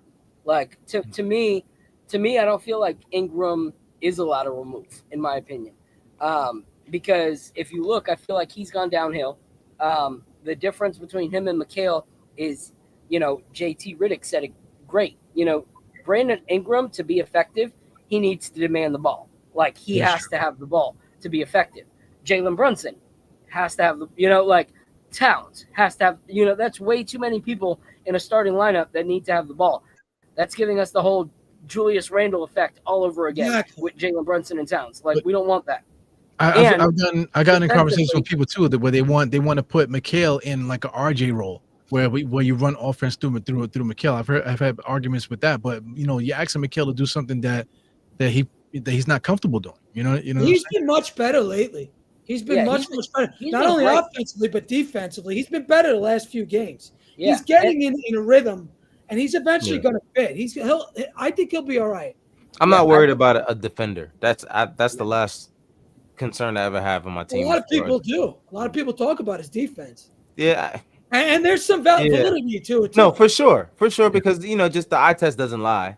The eye test doesn't lie. There's been games where it's just like, what the hell are you doing out there?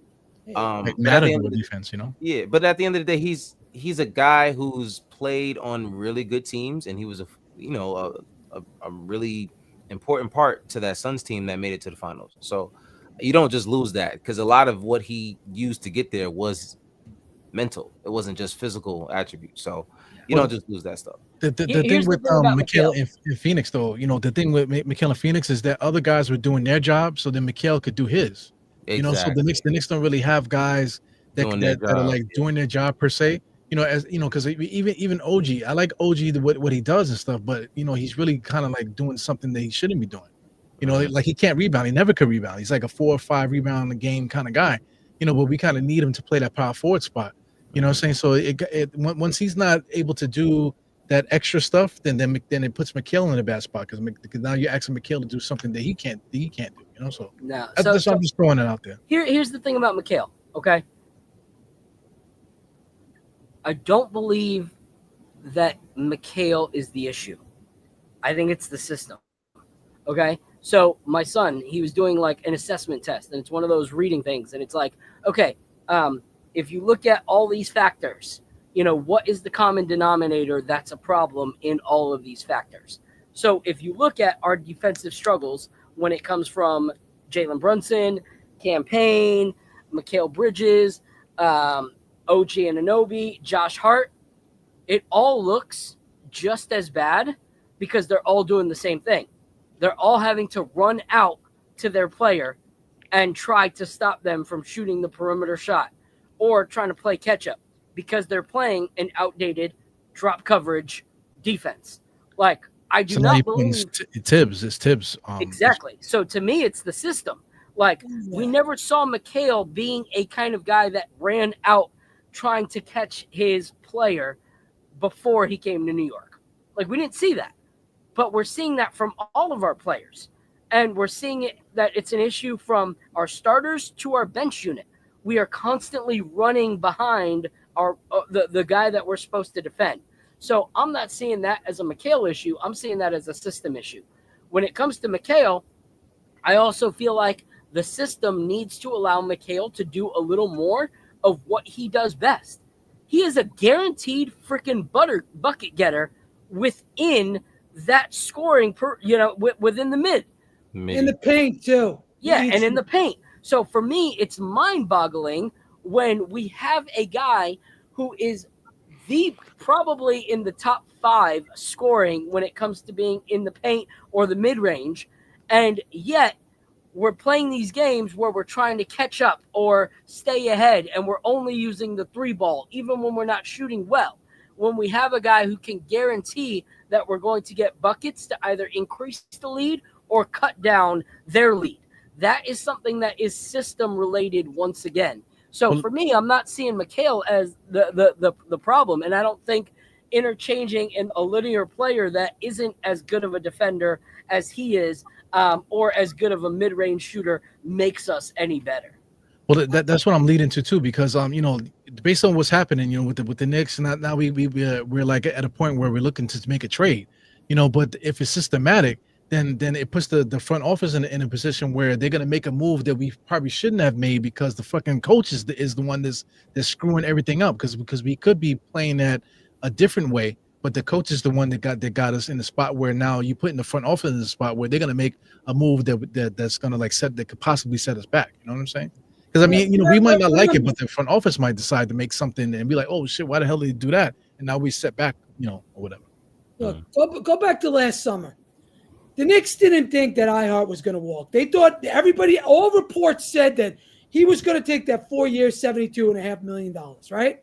Well, he got offered 28 or 30 million, whatever he got from the Thunder, and he's gone. Next thing you know, Mitchell Robinson is Mitchell Robinson. He gets hurt out until December, what we were told.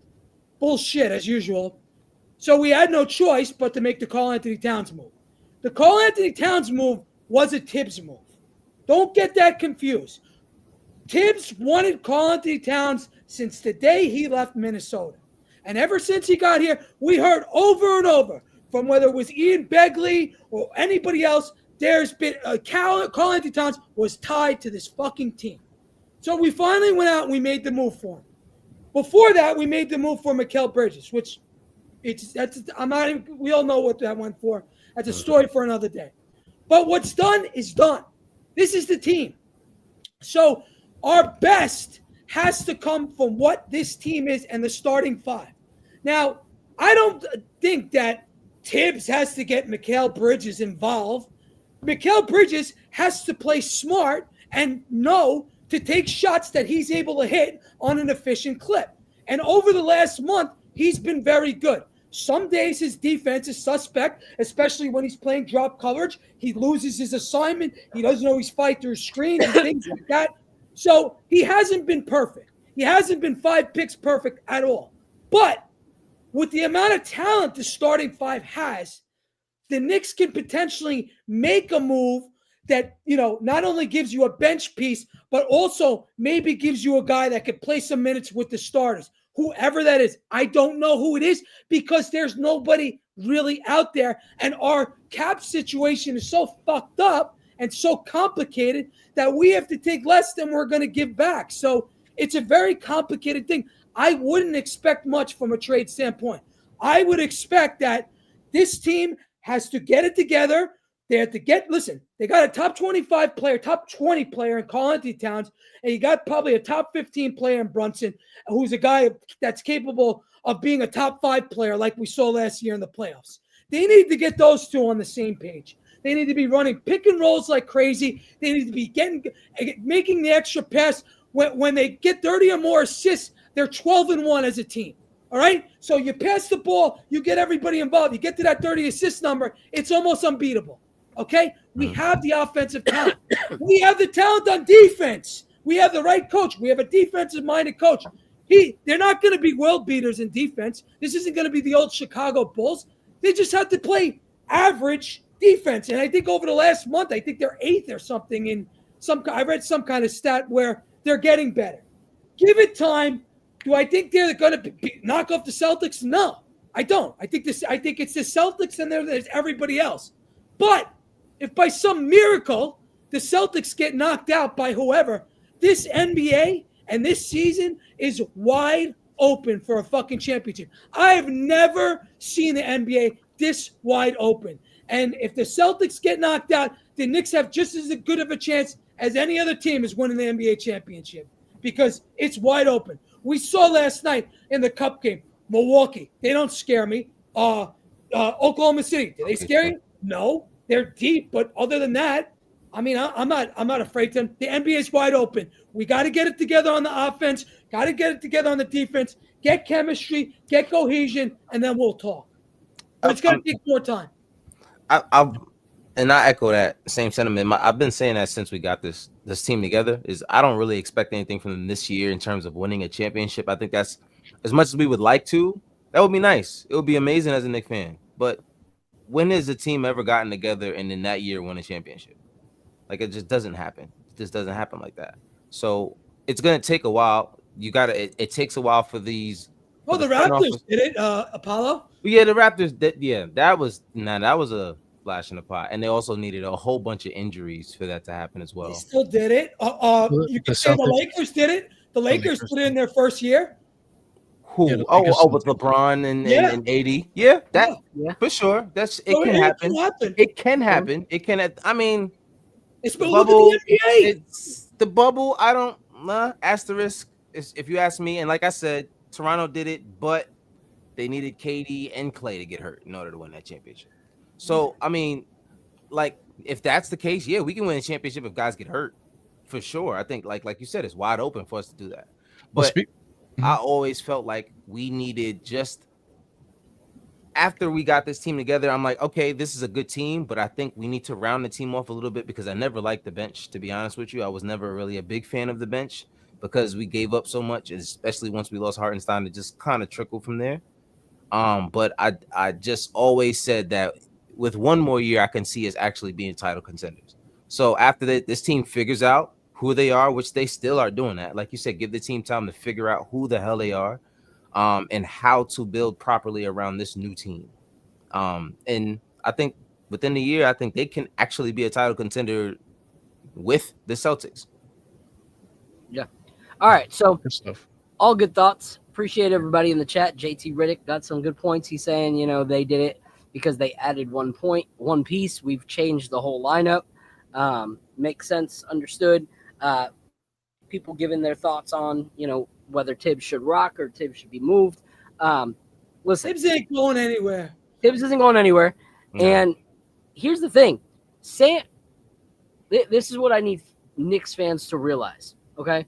You can watch all last season, and you will see how much I went from 2 years ago absolutely hating the man to campaigning for him and convincing people on the growth that I've seen in him. However, both things can be true, that you could support a coach and still see a flaw in the system and still demand that that system be changed. I love my wife more than anybody in this world. However, I see flaws in her and we work it out. We talk about it. We improve those. She sees flaws in me. We bring those up. We talk about them. We pursue them. We change them. Why? Because we care about the outcome of this. We don't just care about the one person or how that person is seen in a certain light and how they should be seen as perfect, but we see that there are imperfections that can be worked out. I support Tibbs. I think Tibbs has done a great job in actually bringing somewhat of a culture to the Knicks that we didn't have even 2 seasons ago. However, there's still flaws, and flaws right now pertain to that defense and, the drop coverage that we're seeing, and being able to go and say, hey, there's certain things that even though we're scoring a ton, we're still leaving some opportunities on the table. That doesn't make you a Tibbs hater. That makes you someone that actually wants to see Tibbs succeed because you're pointing those things out in hopes that those things get fixed. So both can be true. You can support somebody and still call them to more. That's actual support. So at least that's how I see it. Like any of my homies, any of the guys that are on this panel right now, if they saw something in me that was slipping and that I could do better, I would expect a phone call from them, whether it's show based or life based. I'd expect a call from one of these three guys. So that's my thought on that for the people that are trying to be like, oh, well, you don't like Tibbs because he doesn't do this, so who are you going to replace him with? No one said he needed to be replaced. Someone's saying he needs to fix things. So, well, I mean, what's great about all this though, you know, everybody has their points. You know, I was bringing up stuff, you know, even though I might not even agree with what I'm saying. You know, it's just the conversation here is a basketball conversation, and I just want to applaud everybody for making great points. Even I'm reading the chat too. I'm looking at some stuff that the Nick of Time show was also saying. Also, we're actually talking basketball, man. So I just that makes me feel good because that's the only reason why I got into this is I wanted to get back to talking basketball, and I believe that's exactly what we're doing right now. So kudos to everybody. Kudos to everybody. So before we talk about you know, the upcoming game, and before we talk about the last thing that I want to talk about, I want to bring up my guy Fritz. What up, Fritz? Hey, what's up? What's going on? What's good? Chilling, my guy. How you doing? I'm doing all right. Doing all right. I got you muted on Twitter, man. I'm just letting you know. And personally, I got you muted on Twitter. I just want to let you know. Okay. Gotta fix that. We gotta fix that. I don't got you muted. Fix that. That's our moderator of all moderators right there. But you know.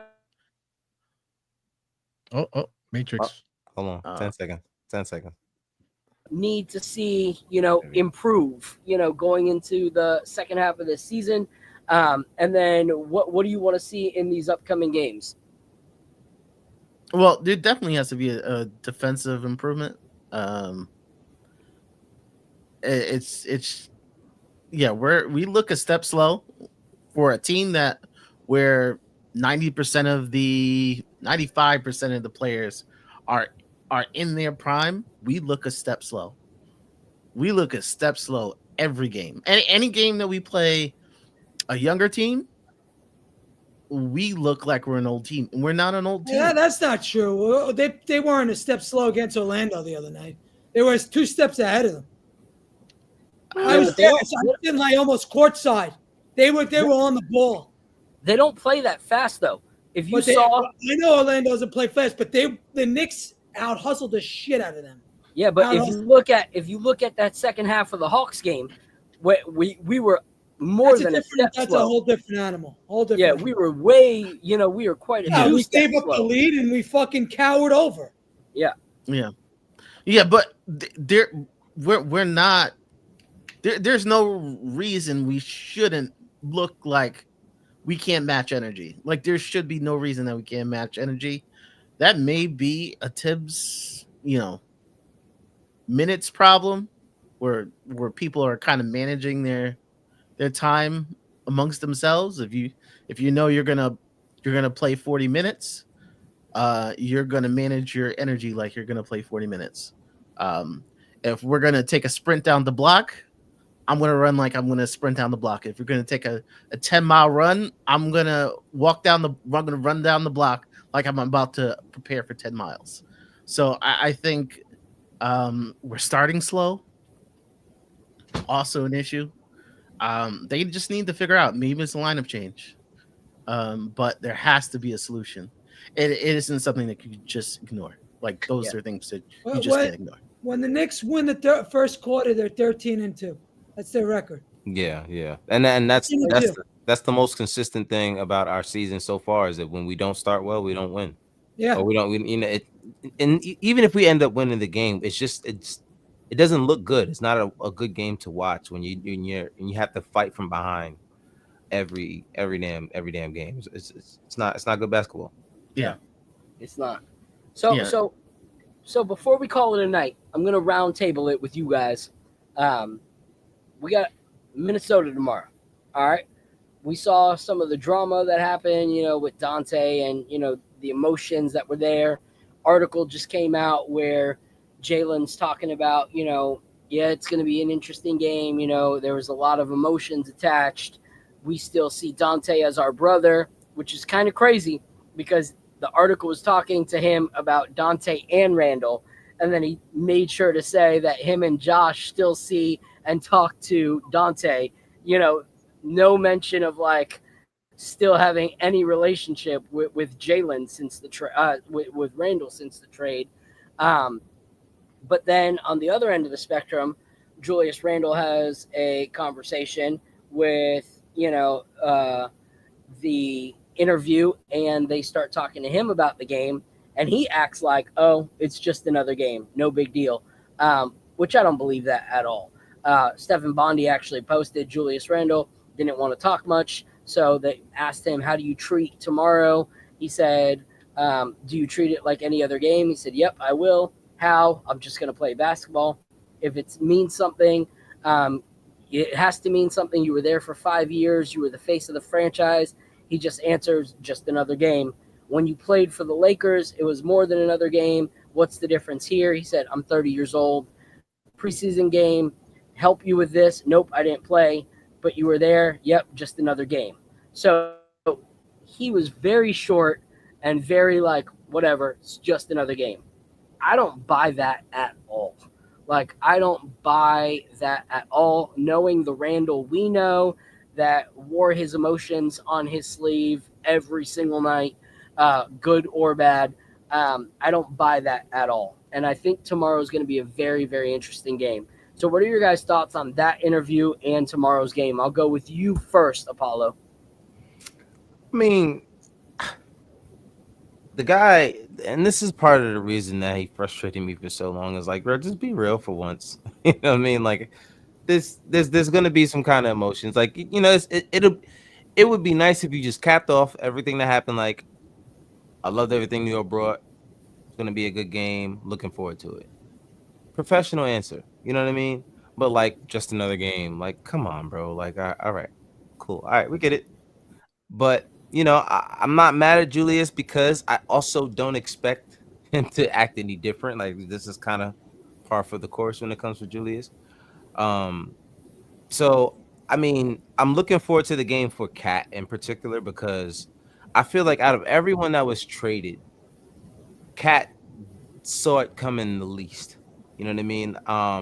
Maybe Dante. Maybe Dante. He was only here for a year.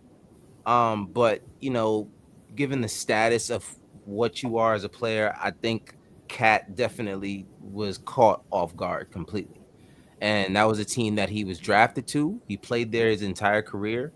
He built bonds and relationships with a lot of people there. So I think this game means a lot to Cat. So I'm looking forward to how he responds to that and that building with that energy. Especially with the way he's been acting recently, because he's, you know, the whole jersey thing and all of that. So I like the new Cat energy. So hopefully we can, you know, see a different side of Cat. But when it comes to Julius and Dante, we already kind of, especially with Dante, you know, Dante's gonna, that's just who Dante is. He's a fireball. So you kind of expect Dante to go off. Julius, I kind of feel like he wants to go off, but you know, he can get thrown off by one little thing if he misses a shot the wrong or right way. But you know, I'm looking forward to Cat and seeing how he responds, because from what we have heard, he was really upset about what happened because he wanted to run it back. So that's my point. Yeah. All right, Eddie, what about you, bro? I'm not going to say it's going to be a close game because I don't believe it is. I think it's either going to be 10 points our way or 10 points their way. But I do think it's the most important game of the year for the Knicks, because if they win tomorrow, it's kind of like a little, you know, yo, we won the trade. You know, we won the trade despite what anybody says. So, and again, they're one of the better teams out west. They've been, you know, a good team out there now for 2-3 years. Anthony Edwards is playing like a top 10 player. Has I think one of the I think he's top 10 in 3-point shooting this year, at least shots made. So look, this is a revenge game, especially for Cat. So I think we go in there. I could see us winning by 10 and 10 or more. But there's a part of me that sees that, us going in there and being a fucking nightmare. But I'll just say Knicks by 10 or more tomorrow. I think Cat shows up. I think Randall will play like dog shit. But Dante, I'd watch out for. Yeah, I think that's a great point, because we talk a lot about like statement games, and to me, this is the statement game.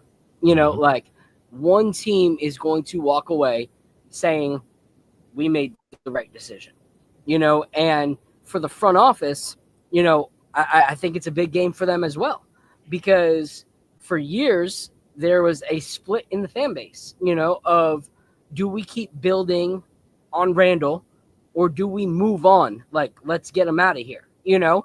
And so the front office finally made the trade, you know, that a lot of people in the fan base wanted to make, you know? So to go in there and let's say Julius Randle explodes and Dante explodes, then that makes us look like we got egg all over our face. You know, like it's kind of hard to walk away with your head up after something like that. But if we go in there and we're able to go, look at this, the things that we didn't like about Randall, the attitude, the body language, this, that, that's all coming out. And Karl Anthony Towns and Jalen Brunson are leading us to victory. We made the right decision. Like, this is the future of the New York Knicks. So it's a statement game for the trade, but also for the front office finally walking out of that era that we banked on for so long of the building upon Julius Randle. So I think it's a statement game for the players and the front office. What are your thoughts, Ebru? Well, you know, it's going to be emotional for Cat because you know he expected to probably be in that franchise for the rest of his career. You know, at least you think so. You know, from what they were building and stuff like that, waiting for him to come back for injury and that type of thing. So I'm quite sure they're going to have like the video, you know, stuff, you know, tributes and all this other stuff. You know, but on the Julius side, there's more animosity on his side, man, because he plays with energy and stuff like that. So he's definitely going to want to show off and definitely bully the guys that he bullied in practice and all that. So it's probably going to be a spectacle in that way. You know what I'm saying? But you know, I don't know, man. When it comes down to it, it is you know, just another game and the thing. But it's ironic now though that the Knicks are going through the things where we're trying to figure out what direction to go. Like if we need to make a trade or we're just waiting for guys to come back healthy and stuff. It's ironic that now it's like December, like what is it, 19th, right? December 19th or 18th, whatever it is. You know, that this is the time where we thought like, you know, that we would definitely know where the Knicks are at this point of the season, and here we are, man. And we happen to be playing Minnesota, so it's like, sheesh, you know what I'm saying? So I don't know if it's okay, but you know, there's a watch along that a watch party that we're going to is from Knicks OmniFan. It's blocked. I just put it in. It's blocked, but I'll be at a watch along party, man, because I want to be with fans. You know what I'm saying? So we can experience that emotion. It's going to be a lot of emotional stuff happening. Because I can expect Julius doing that stomp along, you know, talking junk and all that stuff. I can expect all of that. Dante's gonna get off, you know. So we just got to be prepared for it, you know. And then just the aftermath of it, you know, good or bad, you know, this is who we are now. December, this is all for real. Everything that's been happening that we talked about this whole podcast, everything is for real right now. Yeah. You know, And that's with the sisters, right? Yeah, the Knicks OmniFan sisters. Yeah, they're good together. So if you're in New York, do us a favor. Look up OmniFans. Go support them. Two of the sweetest ladies you will meet in the Knicks community. They'll be doing a watch party at a really nice little restaurant, which is cool because sometimes, you know, a lot of these places can be like little stinky dive bars, and it's like, hey, the Knicks got the W. This is an upscale restaurant. This restaurant, they've been having a lot of like corporate affairs at this particular spot. So you know, it's gonna be interesting. So yeah, so some of them you go and you're like, hey, I got you know, friggin' a victory and an STD at that watch party. You don't have to worry about that. You know, like this place is clean, and you know, you don't have to worry about like, you know, just the dirtiness of that spot. That's just, you know, I like a clean spot. You know, I like. That's nothing that little rum won't clean up, man. You get some rum on there, you'll be all right. Some rum on there is great. Gosh, I don't even know what to do with you tonight, Ebru. You see the glasses? I had to take a break because I had to take a piss, man. Jesus Christ, I think I'm a little bit too inebriated. All right. We're gonna move along, guys. I think this is gonna. I'm gonna have to bring back coffee. Because, you know, Ebru is just going off the deep end right now. So, all right, Fritz, I'll let you kick your thoughts on the Minnesota game. I think it's important. I think we're in a little stretch of like 6 of 8 games on national TV. So this is going to be the bulk of like public opinion are going to be on these games. So they do matter. As far as Julius Randle, he comes from the school of Kobe, and the school of Kobe is, um, you're gonna act tough. You gotta act like it don't phase you, but you're gonna go out there to absolutely destroy them. So Mhm. I think he is going to be on one tomorrow. I think Cat is going to be energized. I think he wants to return home and with his new team and come out with a victory. All right. Well, one thing I will say is you don't wear the blue and orange. I can respect you as you were a Nick once you retire, but while you're still playing against us, I want nothing good to come for you. So I am hoping that tomorrow OG makes Julius Randle look like a child, that he locks him up and destroys him on the defensive end. And I'm I'm hoping looking up their stats versus each other right now as we speak. good. And I am hoping that we expose the lack of defense that Julius Randle plays over and over and over again for those Knick fans that are still having, separation anxiety going into all the Knicks Twitter spaces, campaigning on why we still need Julius Randle and comparing Julius Randle to this current roster. I hope you all watch tomorrow and see what Julius Randle defense looks like against our New York Knicks. That's what I'm hoping. I'm hoping OG can lock him down and that we can expose him and continue to score on him over and over and over again. And I hope that he's moved by, a video that tells him, hey, thank you for your time, but that we move on from that. Because I really think that we won the trade, and I'm hoping that tomorrow solidifies that. Mm-hmm. Final thoughts, everybody. Final thoughts. They better fucking win. Good thought. Seriously. You want to lose to that fucking asshole Randall? I mean, come on. Get the fuck out of here. They better fucking win. Yeah. And Nick P said it. We better worry about Edwards. That's it. That's the only person they got to worry We need to about. just worry about Edwards and keep on going. And make sure Jaden McDaniels doesn't lock Brunson up. Yep. Yeah. So, all right, y'all. It is that time. It's 10 o'clock. I'm not going to pull an Eddie Presti and be on here till 1 o'clock in the morning. So Well, before you get out of here, I just want to plug people. I have my own podcast, I Had Knicks podcast. I go randomly. I do podcasts during the game. Also do podcasts here and there. We got Apollo Reed. What you do over there, Apollo? Guard up Knicks, man. We are getting back into the swing of things, getting back into the groove. Looking back to do every weekend. We're gonna cover everything that we hopefully we're not recovering, but hopefully we can we're gonna cover Jesus Lord, whatever game that we happened that week, and then I will be on here with you guys as usual every Wednesday, Thursday, depending on the day. yeah, depending on I think this month we keep it Wednesdays and then we'll go back to Thursday next month. Okay, yeah. Presti got something going on too. What's going on with you, Press? Oh, Knicks Roundtable. Day after Knicks games, Monday through Friday. So if we happen to go, whatever, we'll usually go around 2 times a week. Every day after the Knicks game, 9 p.m., it's a Knicks Roundtable with me, Tony. You guys know Tony of New York Sports. Got Sonny Carton. We got Billy. You guys know Billy. And Rick, if you don't know him, Halfzilla. We all do the show up there, and Ari when he could show up. So every day after the Knicks game, 9 o'clock, we should go a couple of hours and chop it up. Yep. And Fitz also has his own channel. He just posted it in the comments. So talk about it, Fitz. Yeah, I have the NBA Economy Show, of course, the Nick of Time Show. You'll have me in the chat in the Discord. So every post game, just pull up.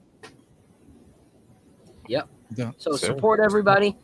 Support Eddie only when we're not on. You guys going earlier anyway. Yeah. Hey, every time we're on, I send people over right after our show. So He does. Listen, Every man, time. it is what it is. There's nothing I Every can do. single Just time. get a fucking schedule on. Thank you, boy, for this. Thank you, fucking boy.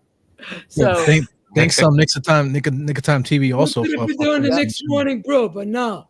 Shout out to KOT, man. Shout out to shout out to KOT. KOT Shout out to fam, KOT. our girl Ebony, my guy Lee Escobedo, Ryan, the guy that started it all, JS. Appreciate all you guys. Watch their post games every single game. Right after the game, they go on for a little bit. And once again, if you guys haven't, check out the Putback by Ian Begley from today. My guy Lee Escobedo. Matrix. Lee was on there now. He did a great job. Lee Escobedo on the putback with Ian Begley. Great job. Great job. Ian Bagley's dope, man. Beggs is the guy, Rockland guy too. Yeah, Hey, I have my thoughts on him. all right, I'm back. So thank you guys so much for rocking with us. Eddie's- We're going to close out. Appreciate you guys. We'll see you guys again next Wednesday, same time. And yeah, hopefully by then we got some good things to talk about as we will be preparing. I think it's, let's see. Oh yeah. Oh no, next Wednesday we ain't meeting next Wednesday, y'all. Christmas. We're meeting next yeah. Thursday. We're meeting Christmas. next Thursday. All right. Oh, talking about the San Antonio game. Guys, next Thursday, this is going to be dope. We actually have joining us for a new segment that we're going to be doing called Enemy Territory. We're going to be having two guys who run what's called the Sixth Man Podcast, which is one of the biggest like Orlando Magic fan base content creators. So they're Don't gonna give me shots come for on- Orlando Magic fans, man. they're going to come on and we're going to talk about that upcoming game because on the 27th we play the Orlando Magic. So we're going to talk predictions. Bill, you going to that game or no? I'm trying. I was going to go with Deej and them. $215 is just a little steep much? right now. What happened? How much was it? It was $215 for the suite or whatever. Yeah. That's not too bad for because in New York it would have been like $400, man. Just Yeah, the time but- is that time of the year? Yeah. This time of year. Like my definitely wife's time of year. birthday, both boys, and Christmas are all within 6 weeks. Yeah, So tough. $215 to spend on myself is a little much with those four things going on. But we'll see. Hopefully I'll find a ticket on SeatGeek or whatever. But are you gonna go? I don't know. Yeah, I just went to the other game. We'll see. Okay, we'll talk. But yeah, so we're gonna chop it up with the Six Man Podcast and talk predictions on the game, what they're seeing from the Magic up until that point, what we're seeing from our Knicks up to that point, and then we'll be able to touch base with them again after we get the actual results. So that'll be a cool little segment. So thank you guys so much for being in the chat today. If you can, hit that like button, hit that subscribe button, turn on notifications. If you can, retweet this, let people watch it on the Playback Gang. And until next time, we'll see you guys later. Blessings. Peace. This is the moment we waited for. Everything you want is right here. We gon' give them what they came for. We gon' take it up from last